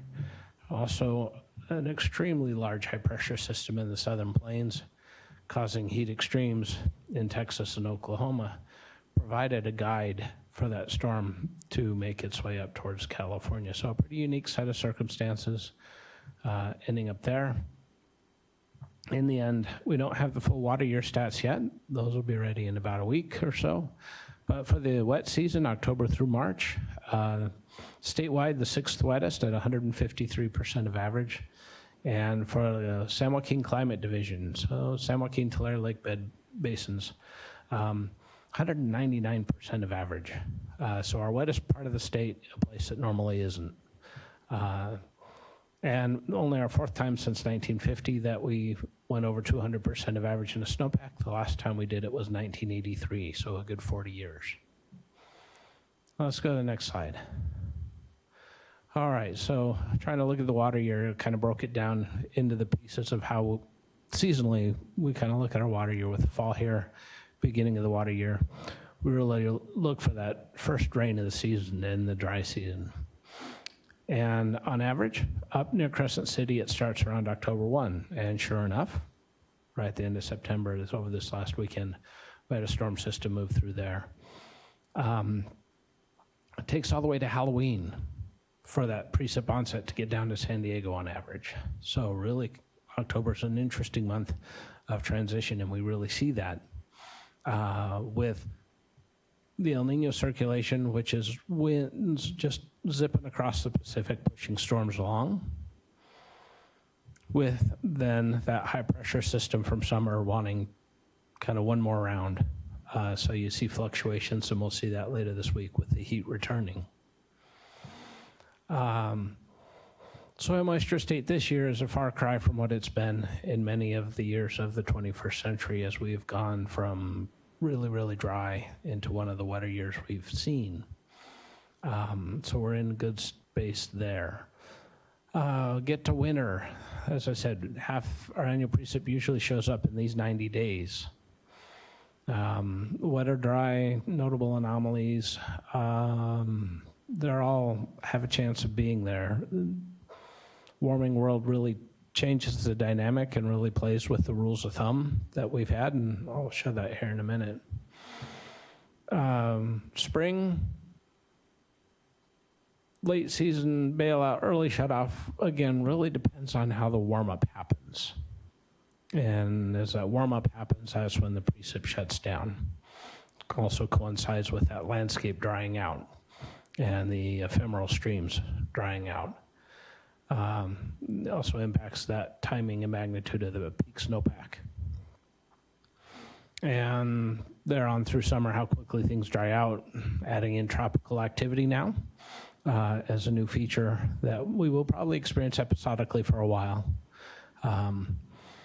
So just have to keep an eye on it. And then what everybody wants to know, you get through one year, and by the time you get to April 1, everybody wants to know, what about the next year? Because that helps in planning. It's a lot of work to be done there. And then as we've seen with this past decade, it was really different from history. And the expectation is each decade going forward is going to offer more of that. So working with the research community to try and understand any way we can characterize that to help set expectations really would be handy. Let's go on to the next slide. And so here we are. Our last El Nino event was in water year 2019. Really interesting water year. We had coastal flooding, near record flooding in the Russian River, flooding on Cache Creek, and one of the larger snowpacks in the Sierra Nevada. Actually, the first time the Northern Sierra had over 20 inches of rain in February and no flooding, in part because of the polar jet, which normally traps the air in the Arctic, completely fell apart that year. So it'll be really interesting to see how this year's event plays out in terms of where the cold air is and where the water is. 7 events in the 21st century, really interesting breakdown. 2 dry, 2 wet, and 3 near average. So could be wet or dry, yes. The interesting thing is if you average those events, the average comes out wetter than the period of record average, indicating that the dries aren't quite as dry as our La Nina or neutral years, but those wet years can really be wet. Right now, seasonal forecast suggests that El Nino event peaks right around the end of the calendar year. That's right around the peak of our stormy season. And what we're finding out now are those subseasonal climate influences are growing in importance. There's enough energy that we really have to learn more about them and how they interact. So it's not so much a seasonal outlook as how does the season evolve and how can we inform that in a meaningful way. So let's go on to the next slide. So here's some graphics, one for Climate Division 2, the Sacramento Drainage, and Climate Division 6, the South Coast. So our main water production region and the surface water, and then our main population center. And what you see on the x-axis is the Nino 3.4 anomaly. So this is a part of the Pacific where NOAA defines an El Nino event. And on the y-axis is precipitation. And you see there's no easy way to predict. El Nino by itself does not predict our water year outcomes. But as I do see, if you look at the red dots, which are the El Nino dots, they don't go down as dry as the others, but they can be just as wet. And you see with the little squares on the very right edge, the red square, which is the average, is higher than the other averages. And that's what leads to the perception that El Nino means wet. So these were just updated by Western Region Climate Center, and they have them for every climate division in the United States. So really nice resource if you're looking to see if there's any new insights associated with that. Excuse me. Next slide. All right, our official outlooks from our NOAA Climate Prediction Center are really consistent with an El Nino. And these are maps for December, January, February. We really see the northern tier of the United States being warmer than average during El Nino events, and expectations are for that to continue. For California, what it means is when we go dry, it'll be warmer and drier. Very consistent with what we've seen in recent years. That means there's a more active drying of the landscape than there used to be. We no longer assume that it's the wet season. It's cool and we worry about accumulation. Really a much more dynamic state. Expectations are, again, no real insights for Northern California, maybe a little wetter for Southern California. Again, leading to that jet stream just being pushed a little further south than it normally is during El Nino events. Next slide. Okay, so right back at there, just to finish up, what am I looking at? Well, right now we really are looking at a seasonal climatological pre-SIP onset, which is pretty exciting to actually have a normal year to start out with. The anomalies probably be shorter, not quite as extreme as maybe the past couple of years, which would be nice. And as I said, soil moisture state's a much better place than we've been with the recent droughts. For winter, we'll really look, again, right in the holiday season. That's the peak of our atmospheric river activity. And we'll really look to see where that storm track gets to, how strong it is, and how quickly the storms come and the time between them. Really, the water management time comes in the time between the storms. Flood management happens during the storms. So really watching how that plays out. The other challenge in an El Nino year are our coastal communities. Those storms coming straight off the Pacific tend to have more coastal impact in terms of wave damage, higher surf, higher sea levels. Spring, if it gets going, it likely will continue. And we'll just watch that, but it's that subseasonal influence we really need to learn more about. And we're going to meet next month with the research community to try and dig into this a little further and see what we can say this year. That said, there's no insights into next summer other than we're in a time and space now where it's not if the heat will come, it's when and where. There will be extremes. And we'll see with tropical activity how the El Nino fades. As it fades, then there's less likely for those summer winds in the tropics to die down. So something to watch there again. I think that ends my slides. Oh, no, we got one more. All right, good. Just want to give you an update on some of the work we've been doing at the department. Really been an exciting time of development, given the challenges we've recently seen. So one you may be very familiar with that we've been working with NASA's Jet Propulsion Lab on is the Airborne Snow Observatory, now a public goods corporation providing services for not all of the watersheds just yet, still setting up the program, working on that balance, federal, state, local funding. But we are seeing a huge improvement in when you map the snowpack, you reduce that uncertainty. You really know how much water is up in the watershed and where, which is really, really good information. Also tells us how ready the pack is to melt.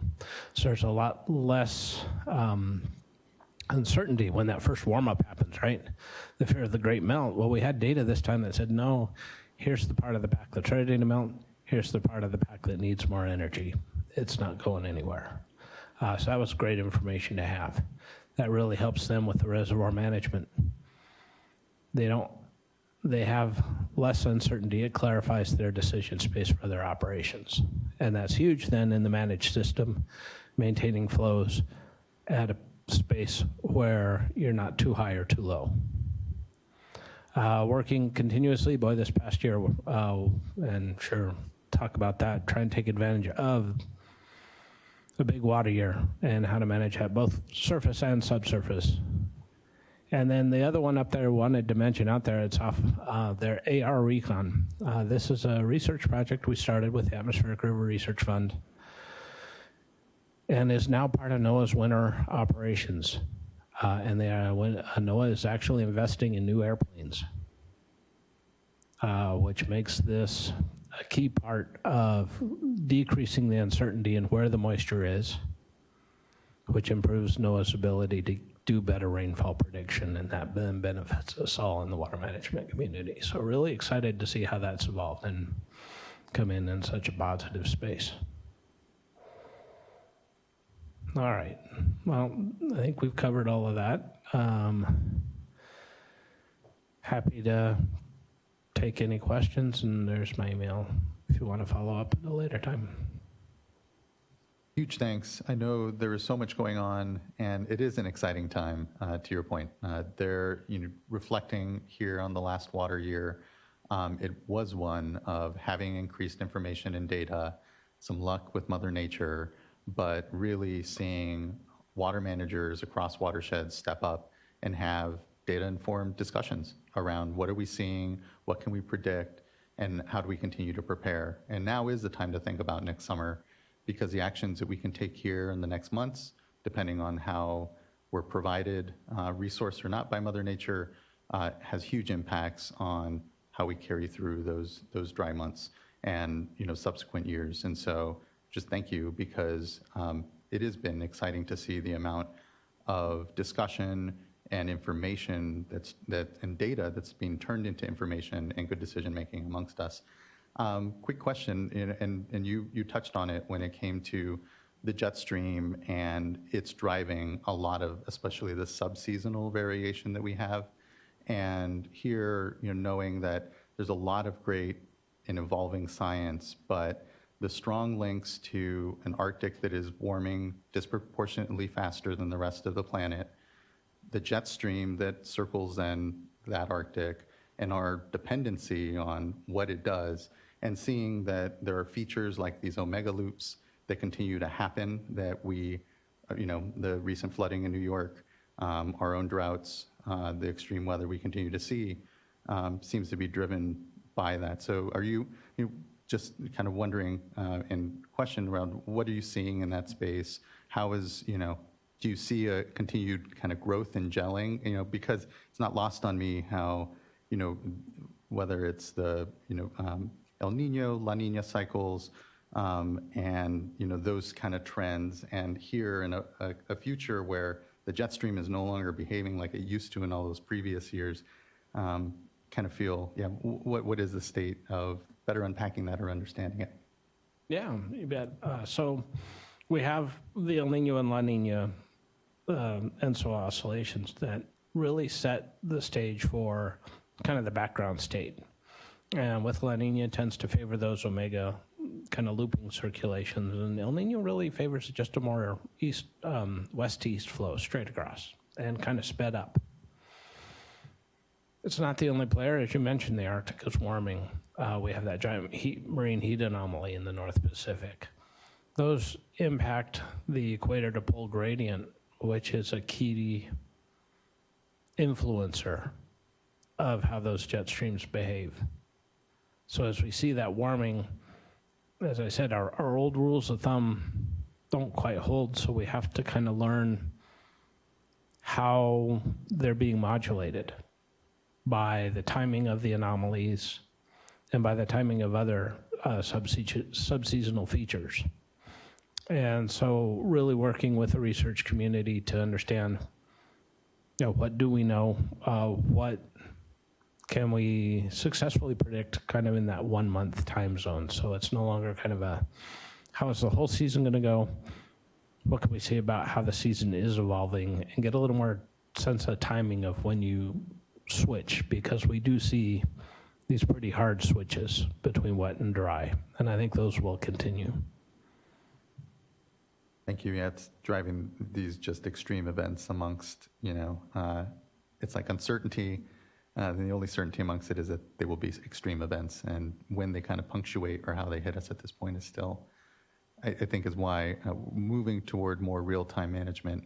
I know the department has done great work to do so nationally, amongst Western states, particularly through forecast-informed reservoir operations, and just kind of doing our best to predict a continually difficult thing to predict given the complexities of this warming planet, but then also just saying, okay, well, how do we get better at even just managing what actually manifests? And those two things better meeting up here in it all. Just thank you. I appreciate the incredible work that continues to go on to prepare us. Now, now this is kind of a meditative moment as we enter the water year. Definitely making sure that we're broadcasting the sorts of activities folks should be doing, and thinking of next summer, thinking of how even they'll manage through the next months, if there are opportunities for recharge, et cetera, will be really important. So just thank you. Looking to see if my colleagues have any questions for Mr. Anderson. Board Member McGuire, please. Yes, thank you very much for the presentation, the update. A lot of very exciting research and developments in this area, so I'm always interested to hear you come back and share what you've learned in the past year and where these investments are being made. So I am kind of a drumbeat when it comes to just the assumption that we always have to assume, because of all these uncertainties and all these changes that we're seeing, that the next year is going to be dry. Even if here, the indications are it could be wetter than average, which is great. I hope that happens, but I'm always trying to be prepared for the opposite.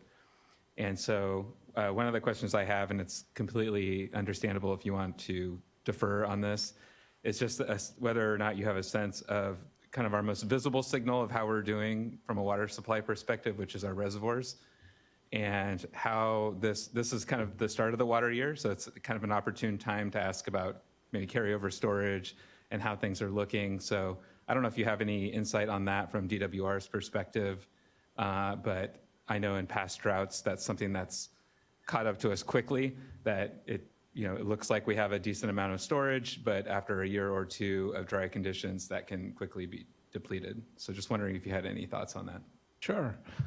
So we really saw just an absolutely phenomenal transition this past year. As I mentioned, we were staring year 4 of a drought square on in December. Reservoirs were hitting record lows. They hit record highs this year, and in some cases are hitting some of their largest carryover that they've ever done. That said, then on the flip side, there's still that space that is needed for flood management purposes. It's just we're not used to seeing our reservoirs being near that boundary this time of year. We usually deplete more of the storage than usual. So really heading in a very positive space from a supply perspective. At the same time, that reserve space needed for flood management is still there. So that's pretty exciting. Now, to your point, there will always be dries, even amidst the wet years. We saw that this past year where we took a month off after winter in 3 weeks, and certainly the first 3 months. So understanding that more dynamic space of, is it a wet window or dry window? And what can we be doing within that? Because when they show up and the magnitude is really important into how the outcome plays out. Thank you very much. Vice Chair. Thanks for your presentation. I'm just glad that we have a little bit of time this afternoon because normally we're so rushed. I have a couple of questions, starting with soil moisture and accretions. Is there something about patterns that you're seeing with climate change, hotter, drier, and an analysis on what we could expect with soil moisture? And I'm going into this question not even knowing the old way of thinking of soil moisture analysis, but just recognizing that during the drought, the last few droughts, it became such an important issue. And so how are things changing in terms of patterns that you're seeing with these wide swings and analysis with soil moisture? Right. So in the past, as I mentioned, we kind of took a seasonal perspective. Soils are dry in the summertime, the rains return, they become wet, they tend to stay wet. Now we're seeing that when those dry periods hit, we start seeing the soils dry out, in part because some of the vegetation that used to go into senescence or go to sleep during the wintertime is no longer the case. It's still active. They're transpiring and using up water in that soil surface. So a much more dynamic state. So a couple ways to respond to that. One is to try and get a better sense of what's going on with some direct monitoring. We're working through the permitting process now with the Forest Service to upgrade our weather stations with some soil moisture. Challenge with soil moisture is that you have to disturb the landscape. So there are additional permitting requirements needed to get through that. We'll work to get through it, and we have a great team ready to get the equipment installed. Now, in the meantime, that's not the only thing, because that gives you information at a point, and we're really finding getting a landscape picture is important. So we've been working actually with some other resource agency departments, including CAL FIRE and Fish and Wildlife, working with a group that used to be with the USGS and is now with a part of the Microsoft Azure Services group called Earth Knowledge. And it's a model called the Basin Characterization Model. And it's a model that actually simulates that soil state in cells that gives us statewide coverage. And so we're looking right now, it does monthly updates. We're working with USGS and research to see if they can make the model a daily model, give us that little more dynamic state.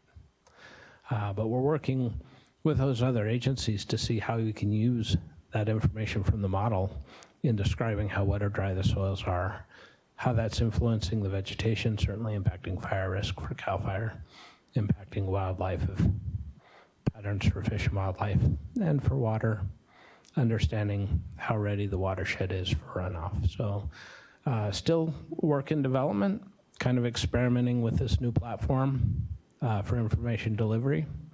We'll just kind of follow and see how it evolves and develops. But again, an area where we used to not pay as much attention to it and finding out it's really important to have as much information as you can. That's helpful, thank you. And then the next question has to do with the Southern Sierra and the higher amount of precip that we saw there. Is that unique within a unique year, or do you expect, I just think back to, I think it was the prior year, and how even with, well, I'm not even remembering my year types anymore, but just that the precip was missing certain parts of the northern part of the state. And is there something about these this climate change that we're expecting to see patterns with respect to where the precip lands, and perhaps higher numbers than what we would normally see in the Southern Sierras? Very good question. So we'll start with this past year. If we look at the footprint of precip that happened this past year, it has a really interesting similarity to 1969, which was in many places in the Southern Sierra, the previous flood of record. It's a peculiarity of how the jet stream set up. In this case, a little differently than 69 from the standpoint that you had the January events, but then the February, March events. What we are seeing with the warming world is more moisture carried with these storms. And with the Southern Sierra being higher, more watershed area to catch, particularly at those higher elevations, still well below the freezing, catch it as snow. And so that's where you see the warming creating that opportunity for the Southern Sierra to catch more. The state of California is just a fantastically long state, spanning 10 degrees of latitude. So we'll see seasonal variability where the storms hit. But the expectation is, in the long term, the north still will tend to be the wetter more consistently. It's just, like I said, we get into this more dynamic state of the wet periods are really, really wet, and the dry periods become drier and warmer, and have to pay more attention to them than we used to. Okay, great. And then I don't know that you'd be prepared to answer this question, but if not, Mr. Ekdahl, then, maybe a report at a future date, but just an update on the forecast-informed reservoir operations and changes that I think are underway with respect to the Corps of Engineers and the rule curves that they've historically used. And, change of operations from the Corps of Engineers' perspective on flood control. Right. So I've been fortunate to work with the Forecast Informed Reservoir Operations Program from the beginning. I've served on all the steering committees for all the projects in California. Where we're at, we are in a water control manual revision for Lake Mendocino, expecting that to be done soon, and that'll be the first one that has the Forecast Informed Reservoir Operations component in the water control manual. When we ran the deviation, which is the process the Corps uses to work by an alternate set of rules, when they saw how much benefit that provided in water year 2020 with the start of the most recent drought, the savings at Lake Mendocino alone were enough financial incentive for the Corps to decide this is an effort they need to evaluate nationwide. And so they've hired a nationwide FURO coordinator who came from the Sacramento district. They're doing screening analysis at all their facilities. They've done the Southwest first, looking at which facilities are suitable. Core facility with a water control manual with manageable outlet works. Kind of the big three elements. And they also look at the ability of the local partner to be ready to participate. So a lot of activity going on now as the Corps kind of pivots this from a research program into programmatic implementation. So we'll definitely be in close coordination with them, with our Reservoir Coordinated Operations Group within the department. Thank you. Appreciate it.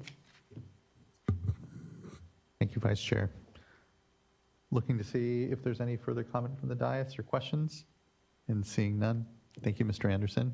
And we can hand things back over to Mr. Ekdahl. Great.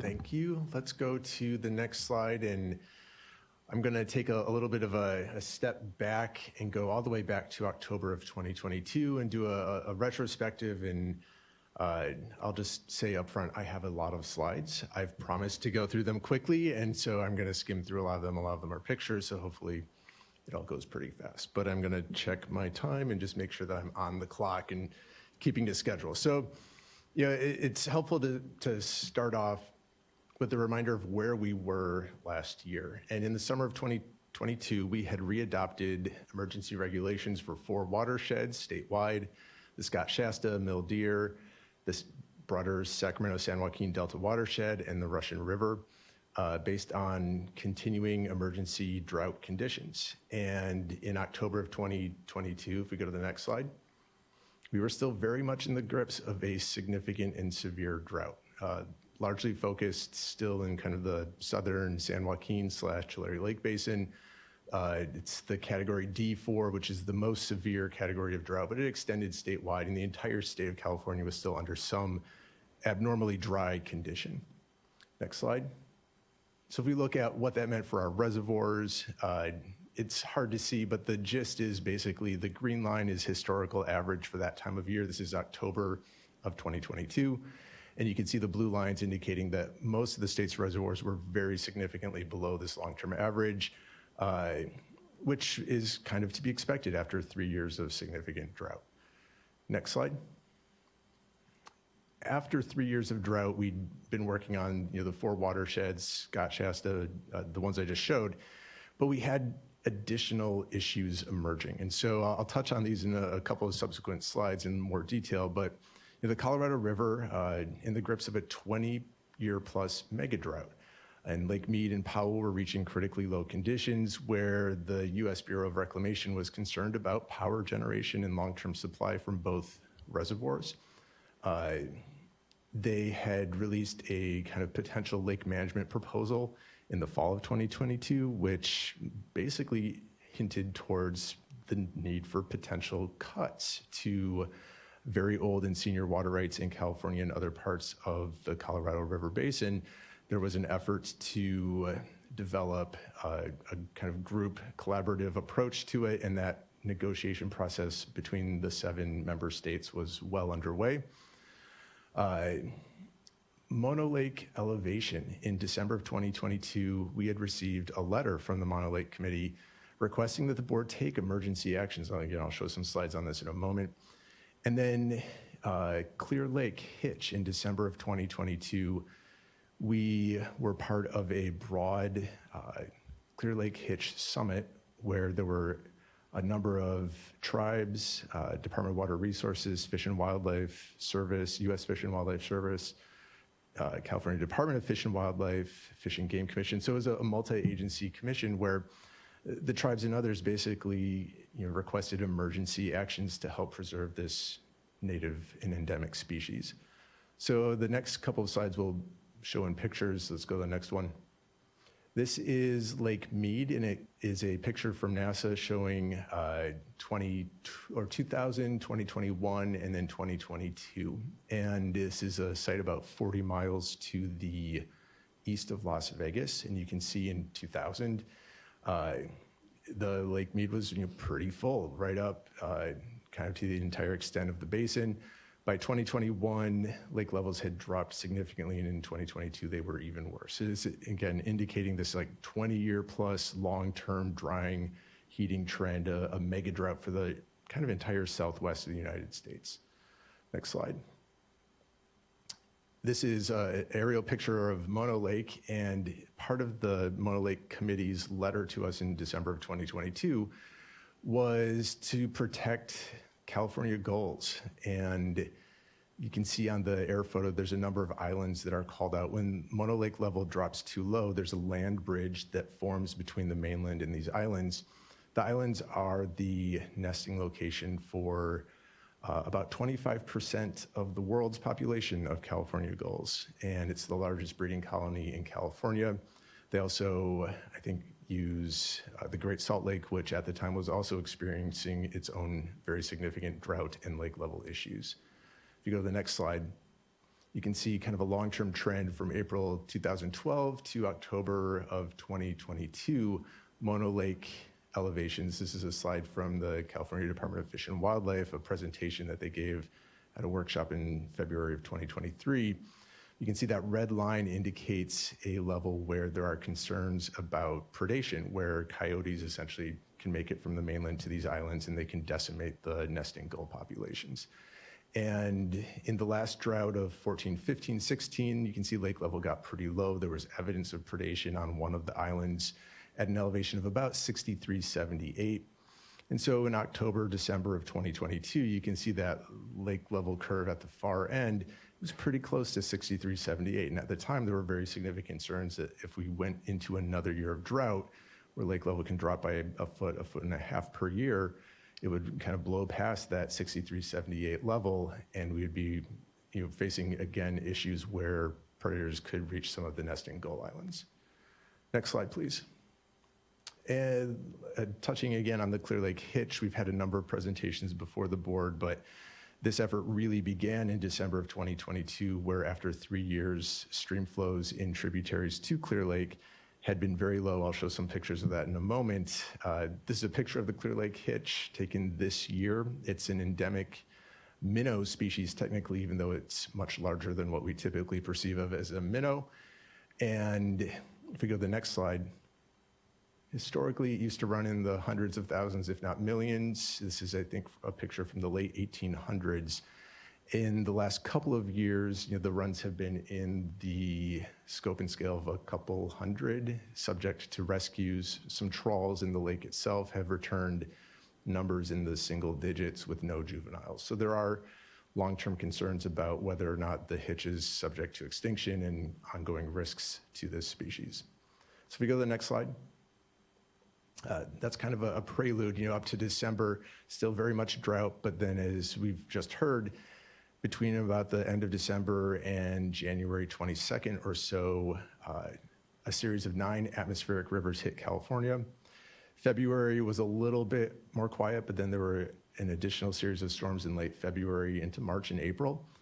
And that kind of completely reset the picture for our hydrology for the year. If we go to the next slide. This is a picture where it's overlaying precipitation totals. This is in water equivalent. It's not snowpack. And it's just from the period of December 26th, I think, to January 17th. And you can see precipitation totals of 47 inches, 30 inches, in some places well into the teens. A lot of these places were, you can see some of the numbers say 23D record, 23-day record. So in 3 weeks, Stockton got almost 11 inches of rain. Oakland got 18 inches of rain. San Francisco, 18 inches of rain. These are record amounts for this short kind of duration. And it covered much of the state of California. If we go to the next slide. This is just a nice picture showing that robust snowpack that emerged after the end of that series of 9 atmospheric rivers. This is January 22nd. If we go to the next slide. I pulled a lot of figures from a site called Weather West. It's run by Dan Swain, who's a researcher out of UCLA, and he does a weather kind of pop weather blog, if there's such a thing. It's a fantastic read. It includes a lot of great pictures, so highly recommend people check it out. I love to steal figures from it and have blatantly done so here. This is one of his figures that shows county precipitation rank out of 128 years. And so the dark green that you see is the wettest on record, so the wettest in 128 years. The takeaway is that Central California received the brunt of this anomalous weather year. It was a much better weather year across the entire state for sure than the previous 3 years, but as Mr. Anderson just referenced, the state's a pretty huge state, and we don't necessarily see that entire statistical anomaly across all of California. So if you look to far northern California, in particularly highlighting Siskiyou County, it's much more in the near normal kind of range. Still above average if we look at certain gauges, but not nearly this record-setting water year that we saw in other parts of California. Next slide, please. It wasn't only wet, it was cold. And so this is a map of mean daily temperature anomaly. And again, the takeaway, the dark blue is the coldest on record. This is just looking at June through July of this year. So it's a month snapshot, doesn't record the entire year or reflect the entire year. But the takeaway is that, it was much, much colder than average. In fact, statewide, probably the coldest winter, or at least in Sacramento, in about 40 to 45 years. It did warm up later in the summer. July and August were a little bit warmer than average. But, this cool spring and May and April were broadly similar to the map that you see here. really helped that snowpack. We didn't have a rapid, sudden melt event, and it helped manage this overall kind of water supply. So even though we had this tremendous snowpack and this huge amount of water that was in the Sierras and the mountains, it didn't all rush off at once, and that will reflect in some of the pictures that you'll see in a little bit on what could have been a much, much worse water year in terms of flooding than what we actually saw. Next slide, please. And then last, kind of on the broad weather patterns, this is a precipitation anomaly for June through August, and you can see the dark green is the wettest on record. That reflects the landfall of Tropical Storm Hillary. For the first true tropical storm landfall in over 100 years, there's a couple of inches of precipitation in parts of California that don't normally see precipitation at all in this time of year, and remarkably, no loss of life that I'm aware of associated with it, in part due to the warning and the planning that went into it. There's still some pretty significant infrastructure damage in parts, especially of the desert Southwest, but overall, kind of almost a beneficial rain event that could have been much, much worse. Next slide, please. Yeah, I hear the fall bloom is shaping up to be incredible out in the desert this year because of it, certainly. So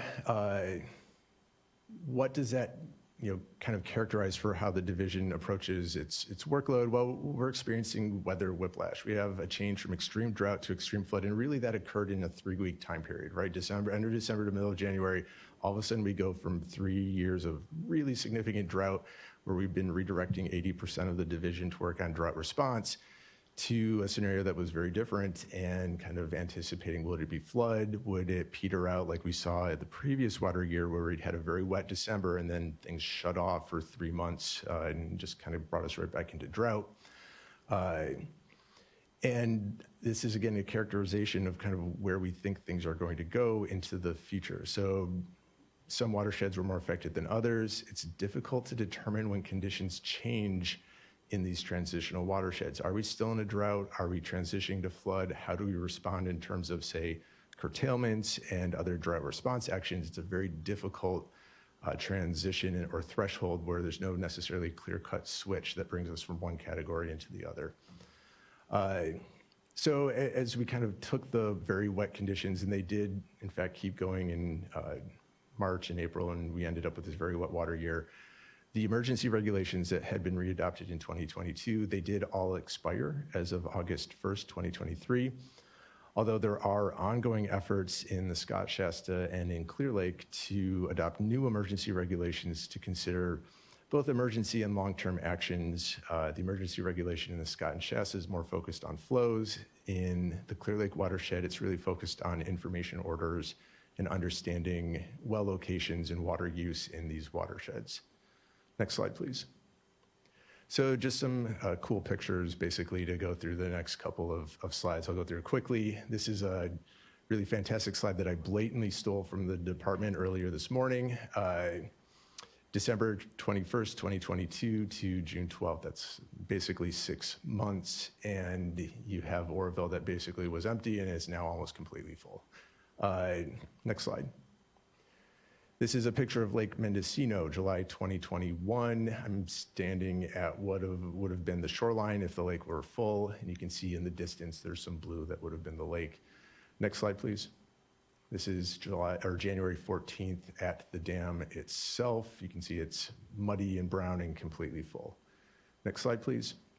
This is the Tulare Lake Basin, September 22nd. You can see that ribbon that goes through is a canal that's moving water. If you go to the next slide, you can kind of again see some trees in a squiggly line. I think that is actually the Kings River.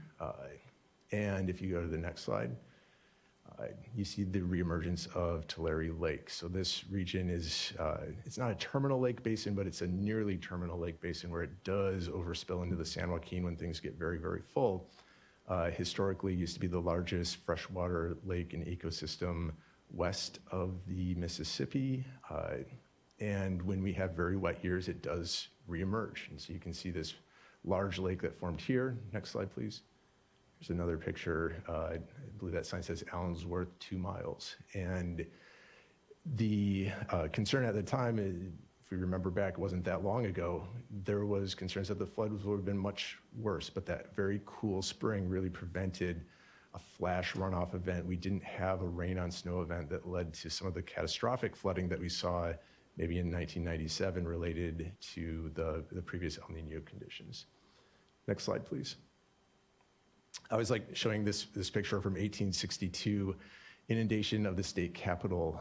There's a USGS work, they refer to an event called the Ark Storm, where in 1861-62, we had, I believe it was 1861-62, it could have been 62-63, we had 36 straight days of rain. The entire Central Valley filled with water, and it took over a year, I believe, for it to drain. And so, this could have very well been a picture of Sacramento this year had it not been for the immense amount of infrastructure that has been built over the last 100 years. Shasta Dam, Oroville, Folsom Reservoir, all of these things make living in Sacramento and much of the Central Valley possible at all. It did hold back these floodwaters, and we had the capacity this year to actually absorb it. Next slide, please. One of the things that we're doing and focusing on in these wet years when we have them is groundwater recharge. And the water supply strategy released in August of 2022 outlined an approach where the Department of Water Resources was providing technical assistance to potential applicants, and board staff were coordinating with the department, those applicants, and then processing any permits that came through, kind of looking forward to what would happen if we did maybe someday have a wet year. And very quickly, we got to put the water supply strategy into practice. Working with the department and others, the Water Board approved more than 1.2 million acre feet of groundwater recharge permits in just 3 months. We had a temporary change petition for the U.S. Bureau of Reclamation. We also used 180-day temporary permits, 5-year temporary permits, and all 9 temporary permits were approved by the permitting team in just 3 months. So an immense thank you to Amanda Montgomery, Mike Conway, and their staff who worked nights and days and sometimes weekends and sometimes holidays to get these things done. There was also an executive order that helped clarify flood diversion. So if you go to the next slide. Executive orders N423 and N723 clarified how flood flows could be identified and when you could divert those flood flows without needing a water right. It's really a flood management approach, which has always been California law, but the executive order really clarified, how do you identify a flood flow, which had been kind of a missing piece previous to that. When you do divert these flood flows, you can get significant incidental groundwater recharge. It goes back into the basin and can be part of the basin's safe or sustainable yield. The executive order required some reporting requirements, and so everyone who took advantage of those flood flows to both reduce flood risk, reduce health and human safety risk, but also potentially get some incidental recharge did report to the board. In total, there's an estimated 390,000 acre feet of recharge that occurred under the executive order, most of which was associated with the Los Angeles Department of Water and Power, shunting water out of the LA aqueduct in the Eastern Sierras to avoid subsequent infrastructure damage and flooding. We do have maps available on the board website, and all these reports are available on our website too if people want to go look at where this occurred.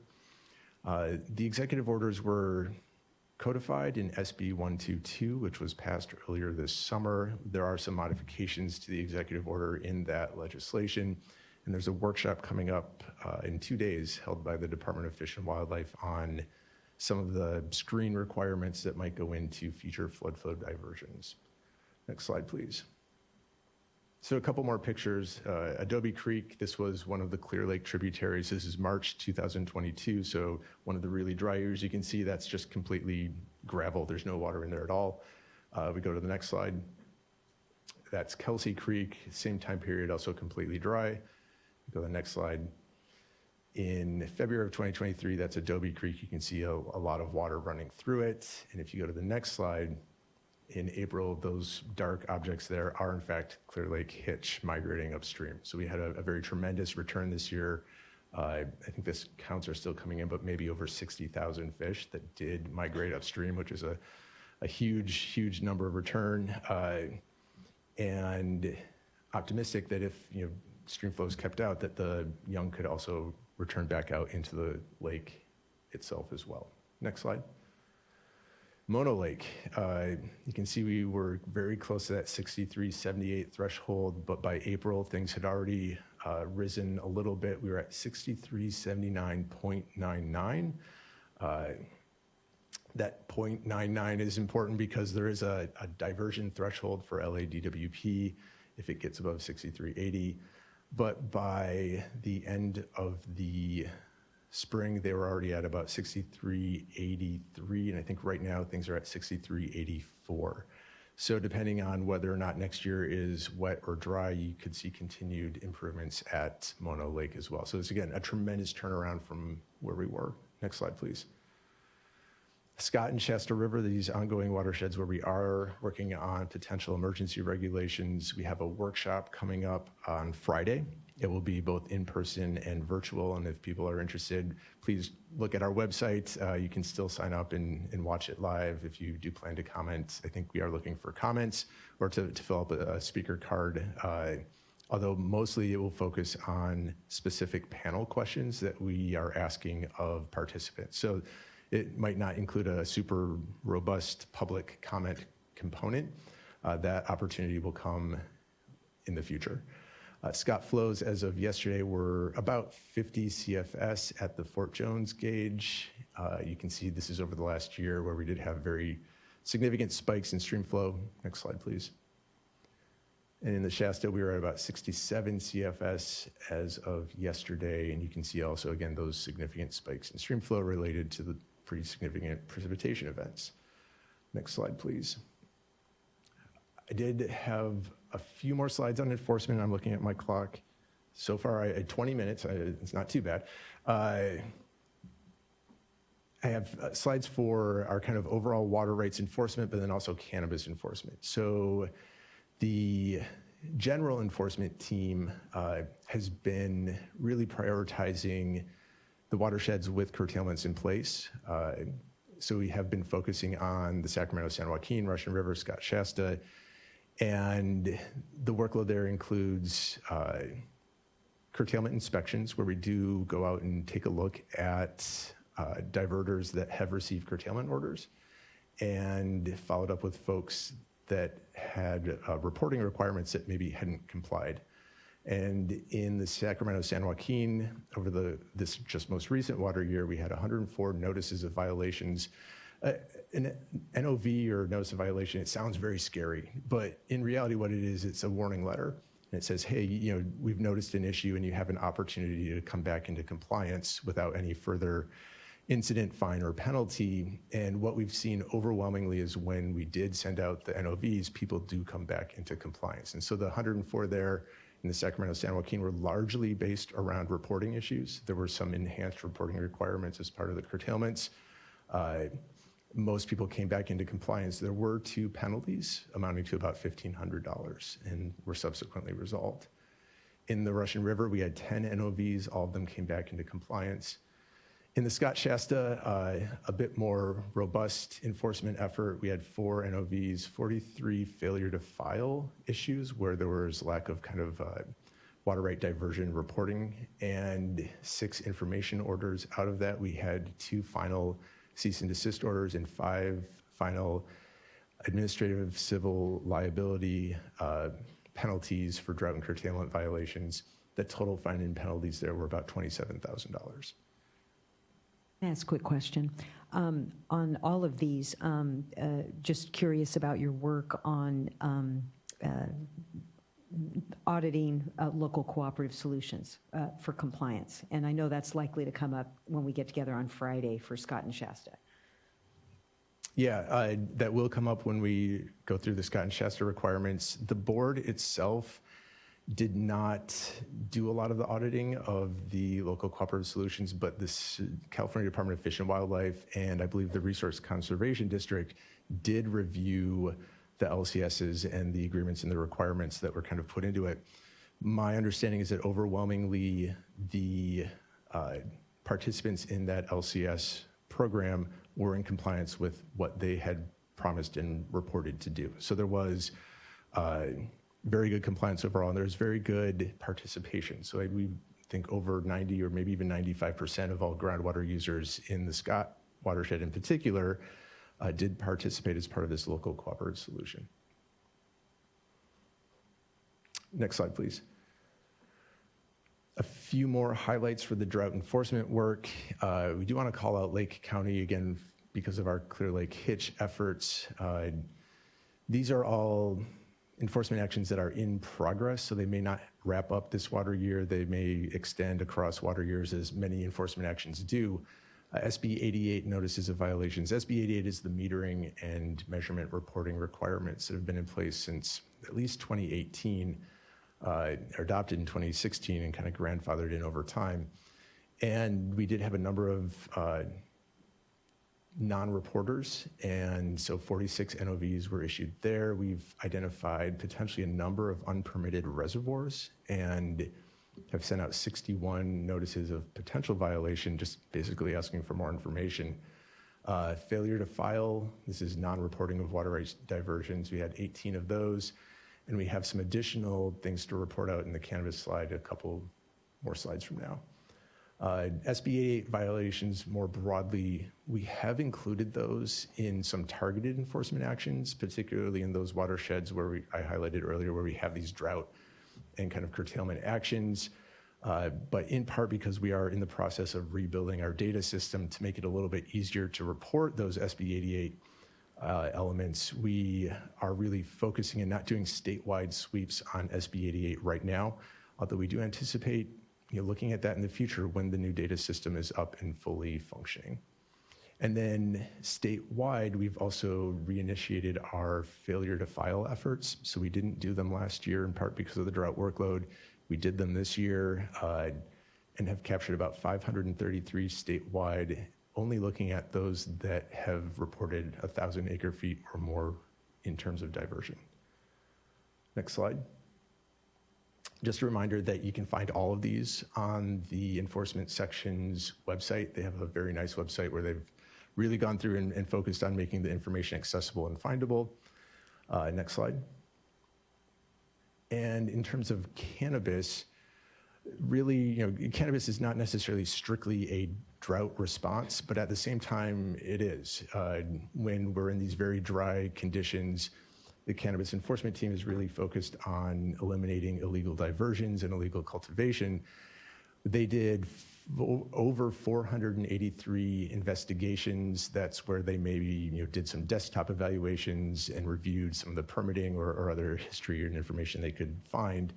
161 on the ground inspections across 11 counties, have sent out 405 notices of violation, including 227 for enrollment enforcement in Lake County just this last Friday.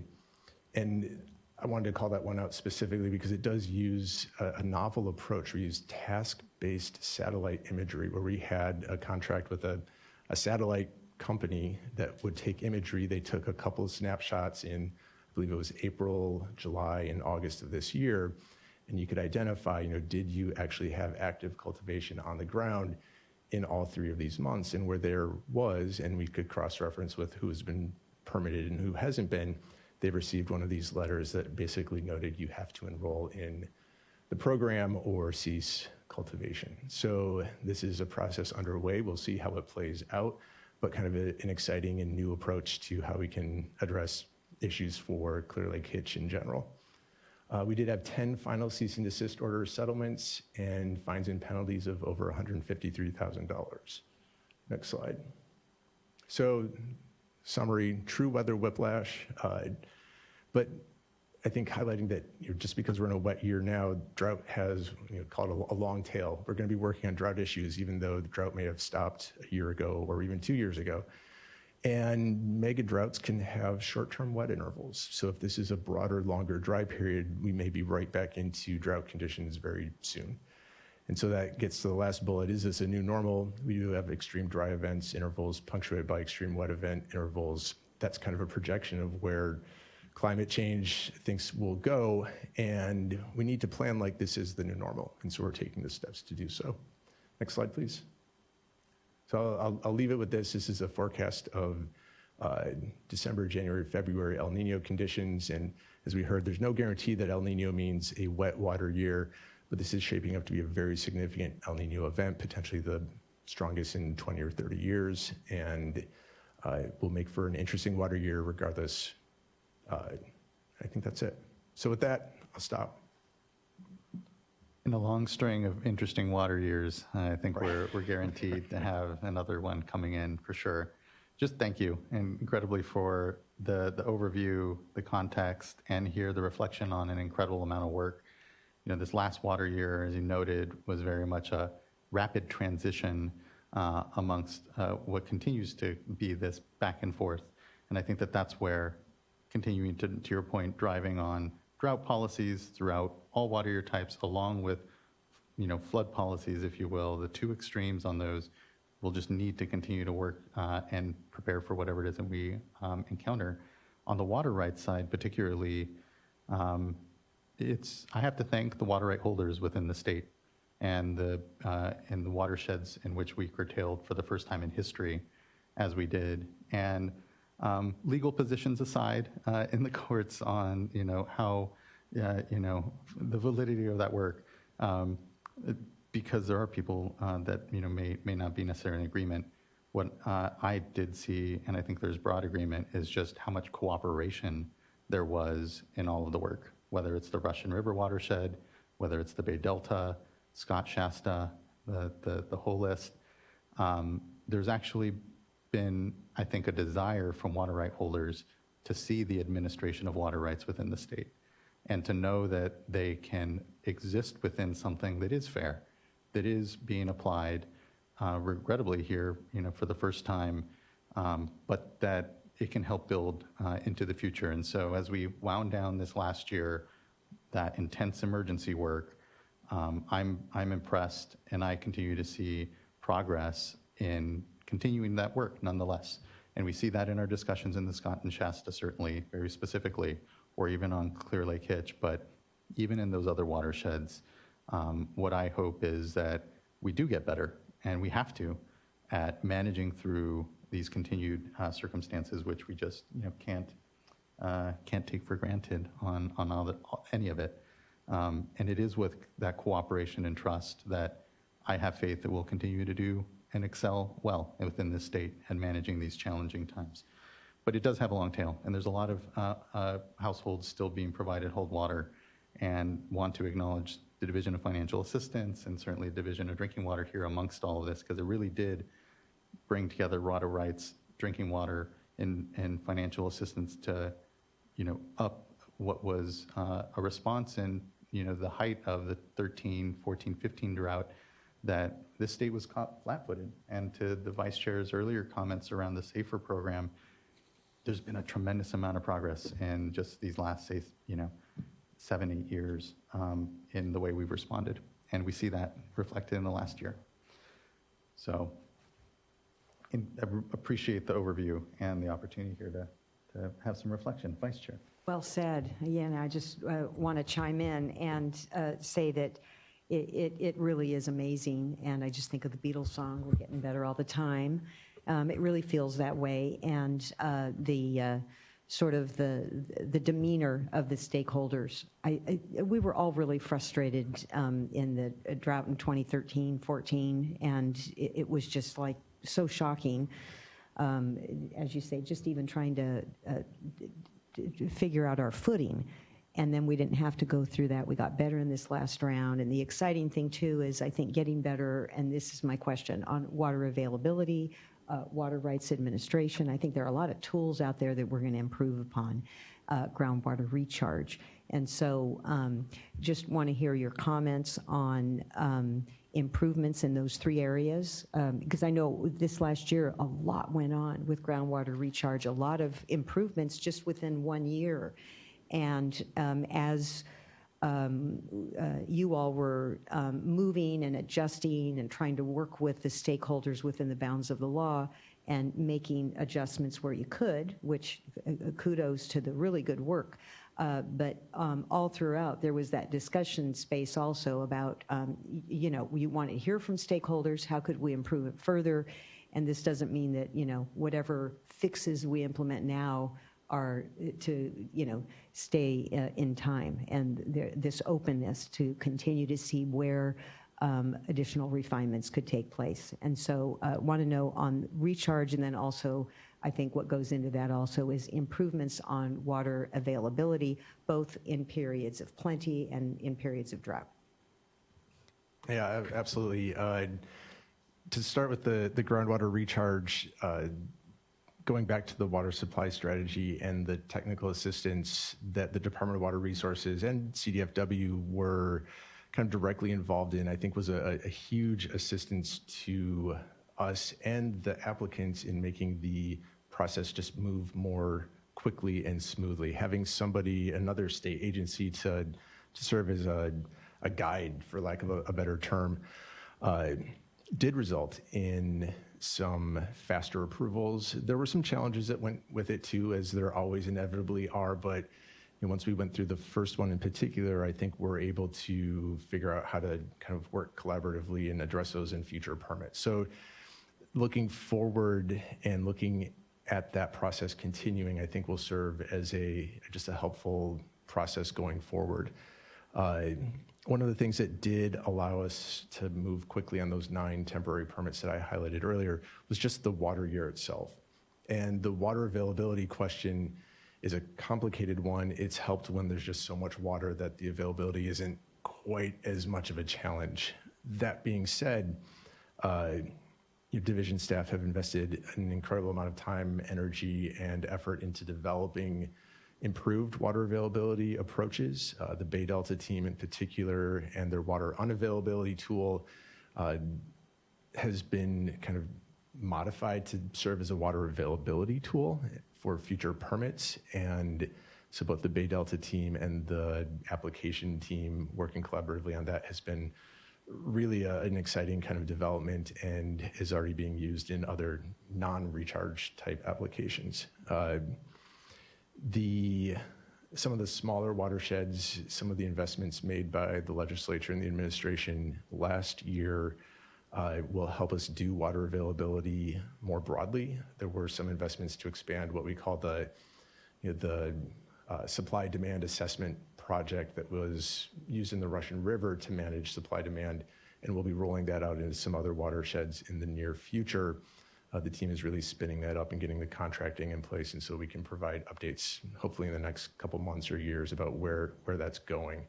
But the main thing that ties all that together is data. And so having the data to understand who's diverting what, when they're diverting it, where it's being used and applied, is also something that I think the administration and the legislature have invested in telemetry pilot projects, which are underway in developing the upward process to redo the state's water rights data system.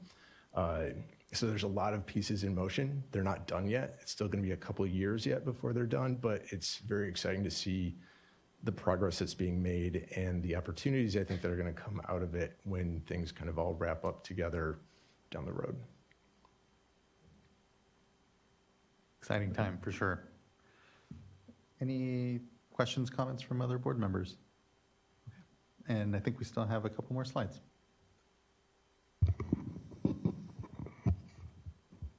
I believe next up is Mr. Suniga for drinking water. Thank you. Good afternoon, Chair Esquivel and board members. My name is Eric Zuniga. I am the Drought Response Program Manager for the Division of Drinking Water. Just here today to share some highlights from the last water year, and I wanted to really come together with one quick slide update, in interest of time, and looking forward, obviously, to the current water year and sharing what's going to happen in this current water year. So happy New Year to everybody. So first, I wanted to highlight something that's come up over the past few months, and since I last spoke to the board in June about impacts to water systems. And although we are in a dry year, to echo what Eric Ekdahl said, there's still some new systems that are experiencing water outages.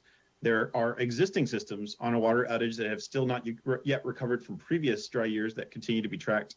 So this is no longer just a drought-specific issue for us, but an ongoing challenge for our division to work through these water outage systems.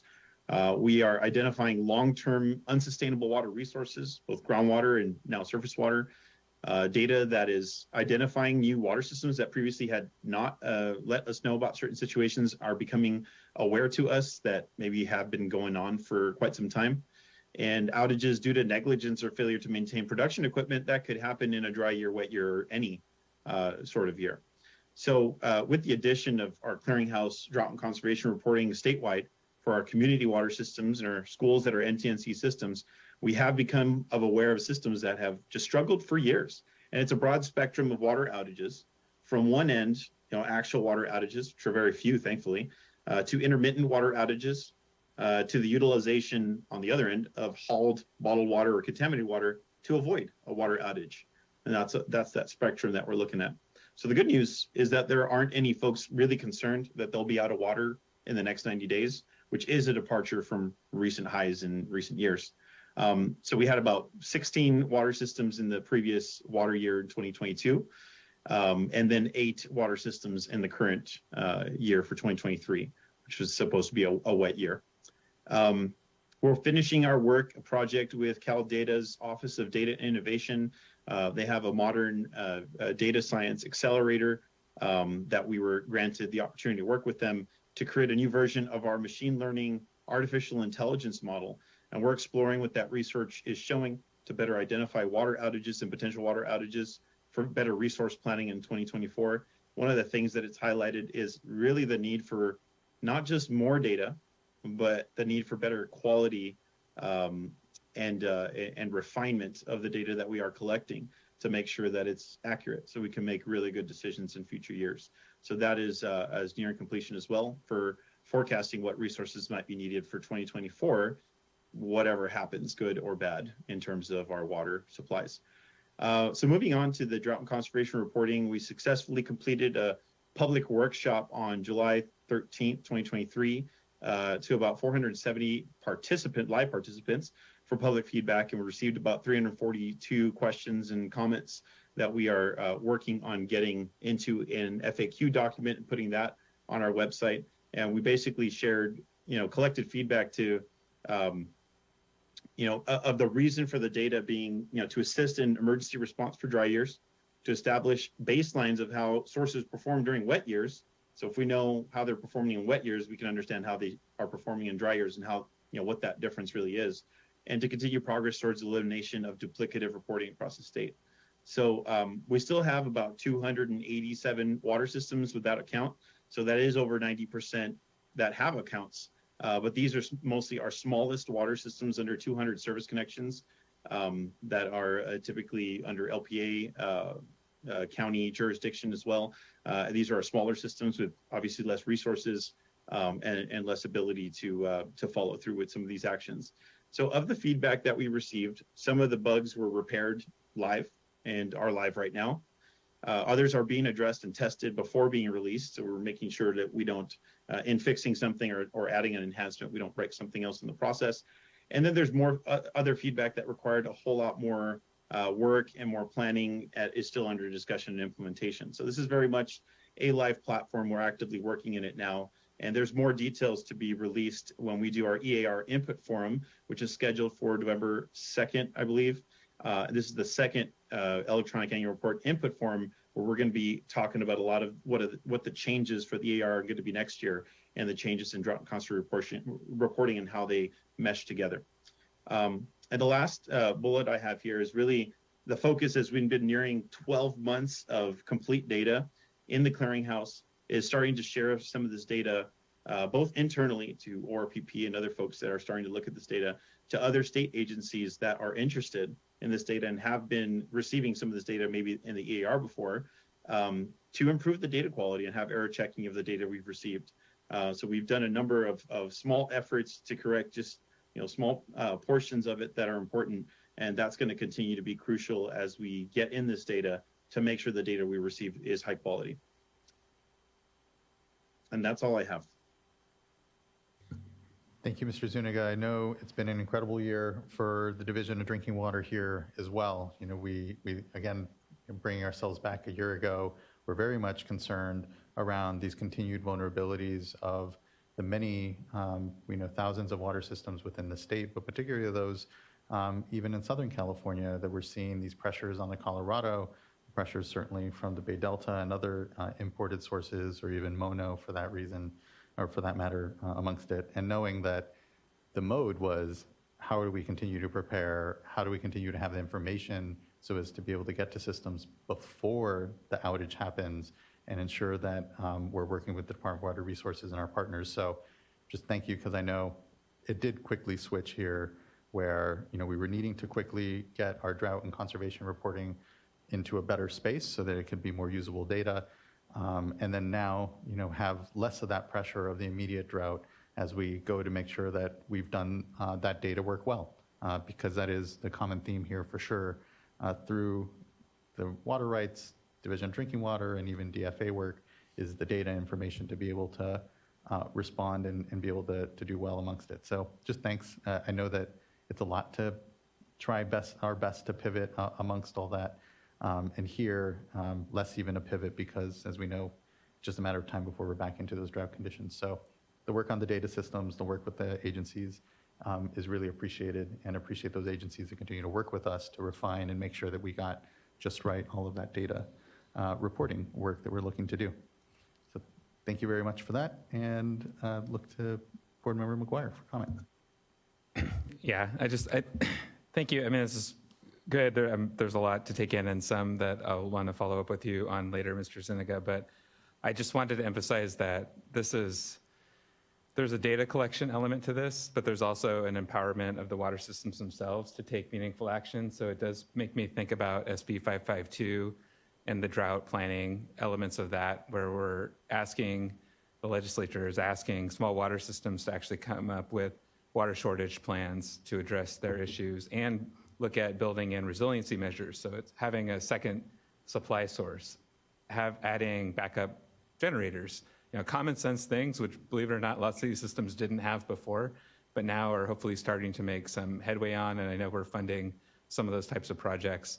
So I'm just seeing this, just kind of connecting the dots. It's not all about reporting. It's about making real infrastructure investments for a lot of these small systems so that when this drought comes, yes, maybe we can flag it earlier on, but hopefully the problem doesn't happen because they have built in some of these measures. So I think it's a balance of being better informed, trying to avoid surprises, but at the same time, really getting things done on the ground, and that's happening as well. Thanks. Here. Appreciate that, Board Member. Completely agree, and have to keep focused on that implementation side and not just data gathering for data's sake. And I know, I hear it, and folks, it takes time to report into systems. So it's that balance of what best we get, and importantly, the benefit to the system. I appreciate that. Other board members with any questions for Division of Drinking Water? Hearing none, we can go to then Division of Financial Assistance. Good to see you, Mr. Pavlicek. Yeah, you as well. So good afternoon, Chair Esquivel and fellow members of the board. My name's Matt Pavlicek. I'm a senior engineering geologist with the Division of Financial Assistance, and today I'll be providing a brief update on our drought-related funding activities over the past year. Next slide, please. So this slide summarizes our drought funding activity over the last fiscal year. So that will go from July 1st of 2022 through June 30th of this year. We committed funding to 4 urgent repair projects and 10 emergency projects through the Self-Help Enterprises Emergency Fund Program for a combined total of right around $928,000. We developed 3 new regional and countywide programs for a total of just over $10.6 million. And we added $43.8 million to our other existing regional programs throughout the state. Overall, this funding provided interim solutions to 14 communities specifically related to drought, providing assistance to over 8,000 people. And in addition, over the same time period, we funded 35 drought resiliency projects, totaling just over $227 million in funding for 45 communities. Next slide, please. So this is a new slide compared to previous updates. It summarizes the new drought and climate-related funding sources that we have received over the past year. And this includes $55 million in drought contingency funding to further support our hauled water and well repair or replacement programs throughout the state, And then we also received about $14 million in funding from this year's budget to support domestic well users that are directly impacted by flooding. Our other domestic well programs were predominantly focused on dry or failing wells previously. And both of these funding allocations further support our ability to assist households that rely on domestic wells in dealing with the impacts of drought and climate change, helping to ensure that they have a reliable source of clean drinking water. Next slide, please. So this map shows, again, our state board funded existing regional and statewide programs that could assist with drought response for services such as well repair and replacement or bottled and hauled water. And there's just under $72 million still available in these programs, leaving us in a good position to continue to support these funding efforts. Additionally, we have technical assistance that's being provided across the state through a number of technical assistance agreements with various providers, and those agreements can also assist with the drought-related issues from an infrastructure or planning standpoint. Next slide, please. And then finally, this slide shows the current number of households that are enrolled in our various regional programs that provide bottled water, hauled water, point of use or point of entry treatment systems, and then also well repair and replacement. And these numbers are as of the end of August of this year. And again, the total number of households that receive these services over the life of the programs is much higher. This is just intended to be kind of a snapshot in time, if you will. And with that, I will conclude my presentation. Incredible thanks here as well. The amount of support that's still ongoing to households, again, really highlights the long tail of these droughts, and knowing that regrettably, there are households I know that went dry in, say, 2014 or 2015 that are, still likely amongst some of those numbers. And so really appreciate the continued focus on this within the boards and the Division of Financial Assistance, and appreciate, importantly, the community partners. Have to just give a huge shout out to, as we acknowledge here, Self-Help Enterprises as being just an incredible partner in this work, and stemming again from emergency situations in the last trend of the drought to here now more mature programs, regrettably because of this incredible need, but glad that we have that partnership and are able to have been responding to households and continue to do so, even amongst what we know is, a complicated landscape of policy and work that is needing to address this issue, not just the emergency tail-end programs that we're here trying to use. Any comments or questions further from fellow board colleagues? The Division of Financial Assistance, or I think our panel generally. I think this brings us to the end of, there may be one more. Apologies, Mr. Knockbauer. Should have better glanced at my slides. No worries. I'll try to be brief. Good afternoon, Chair and members of the board. I'm James Knockbauer, Director of the Office of Research, Planning, and Performance. Next slide, please. So I just wanted to briefly highlight two areas of activity from ORPP. One is on conservation and our drought response, the other on drought and flood management as part of our emergency management program. Under conservation, you're familiar with this work. Tomorrow we will be having a workshop on the proposed permanent rulemaking to make conservation a way of life. That's a rulemaking the team initiated in August, and that's implementing legislation that was itself a response to the prior drought. We were also very active with emergency regulations. We had two in the previous water year, both related to banning, prohibiting certain activities. These were including irrigation of turf with potable water on commercial, institutional, and industrial properties, as well as certain wasteful uses like spraying down your sidewalk with a hose when you could use a broom. For the emergency side, the team facilitated a set of interagency and intra-agency drought work groups, and also assisted the State Operations Center throughout the winter storm events. These were particularly impactful for regions 1 and 3. And the team also participated in flood recovery work groups and supported various parties with permitting and water and wastewater infrastructure issues, particularly Region 9 dealing with Hillary. And yeah, just a brief summary there.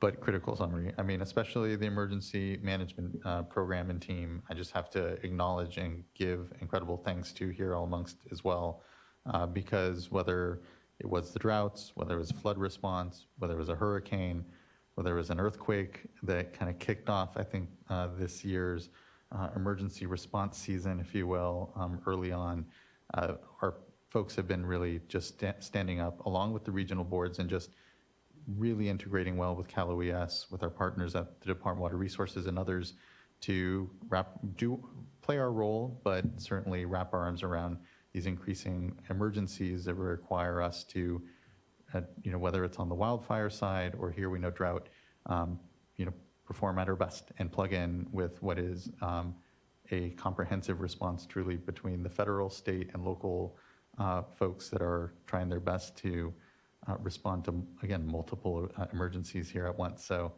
thank you, and thank you, Sarah Rise and the whole team over at the Emergency Response Unit. And then on conservation, certainly a storied part of the last years as we've discussed how best we all respond, but to see the response to the call of voluntary conservation to where, we saved, 600,000 acre feet over the course of those the 2 years, or I think it was even year and change, is really reflective of where we continue to see leadership from Californians to certainly not completely balance the drought on the backs of urban water use, but to contribute and to ensure that we like all sectors, need to right-size our expectations as to what's being available. And it's been great to see. I look forward to tomorrow's discussion around the conservation work for sure. Any questions for Aura PP from any fellow board colleagues? All right, hearing none. Thank you, Mr. Nachbauer. Thank you to the panel. I think this wraps up item number 3, our reflection on the water year, and just looking forward to, I know what will be, as was said, an interesting year ahead and the continued work all here amongst it. So thank you. Thank you for the time again, Mr. Anderson. And that will conclude item number 3. It also brings us to the end of today's board meeting. We did board member reports and executive director report earlier. Tomorrow we have one item, and that is our workshop on conservation as a way of life. We will not have a closed session today, and so then we will now be in recess until tomorrow morning at 9:30. Thank you, everyone, for a good board meeting today and great discussion. Looking forward to seeing you all tomorrow morning. Have a good evening. Thank you. We're in recess until then.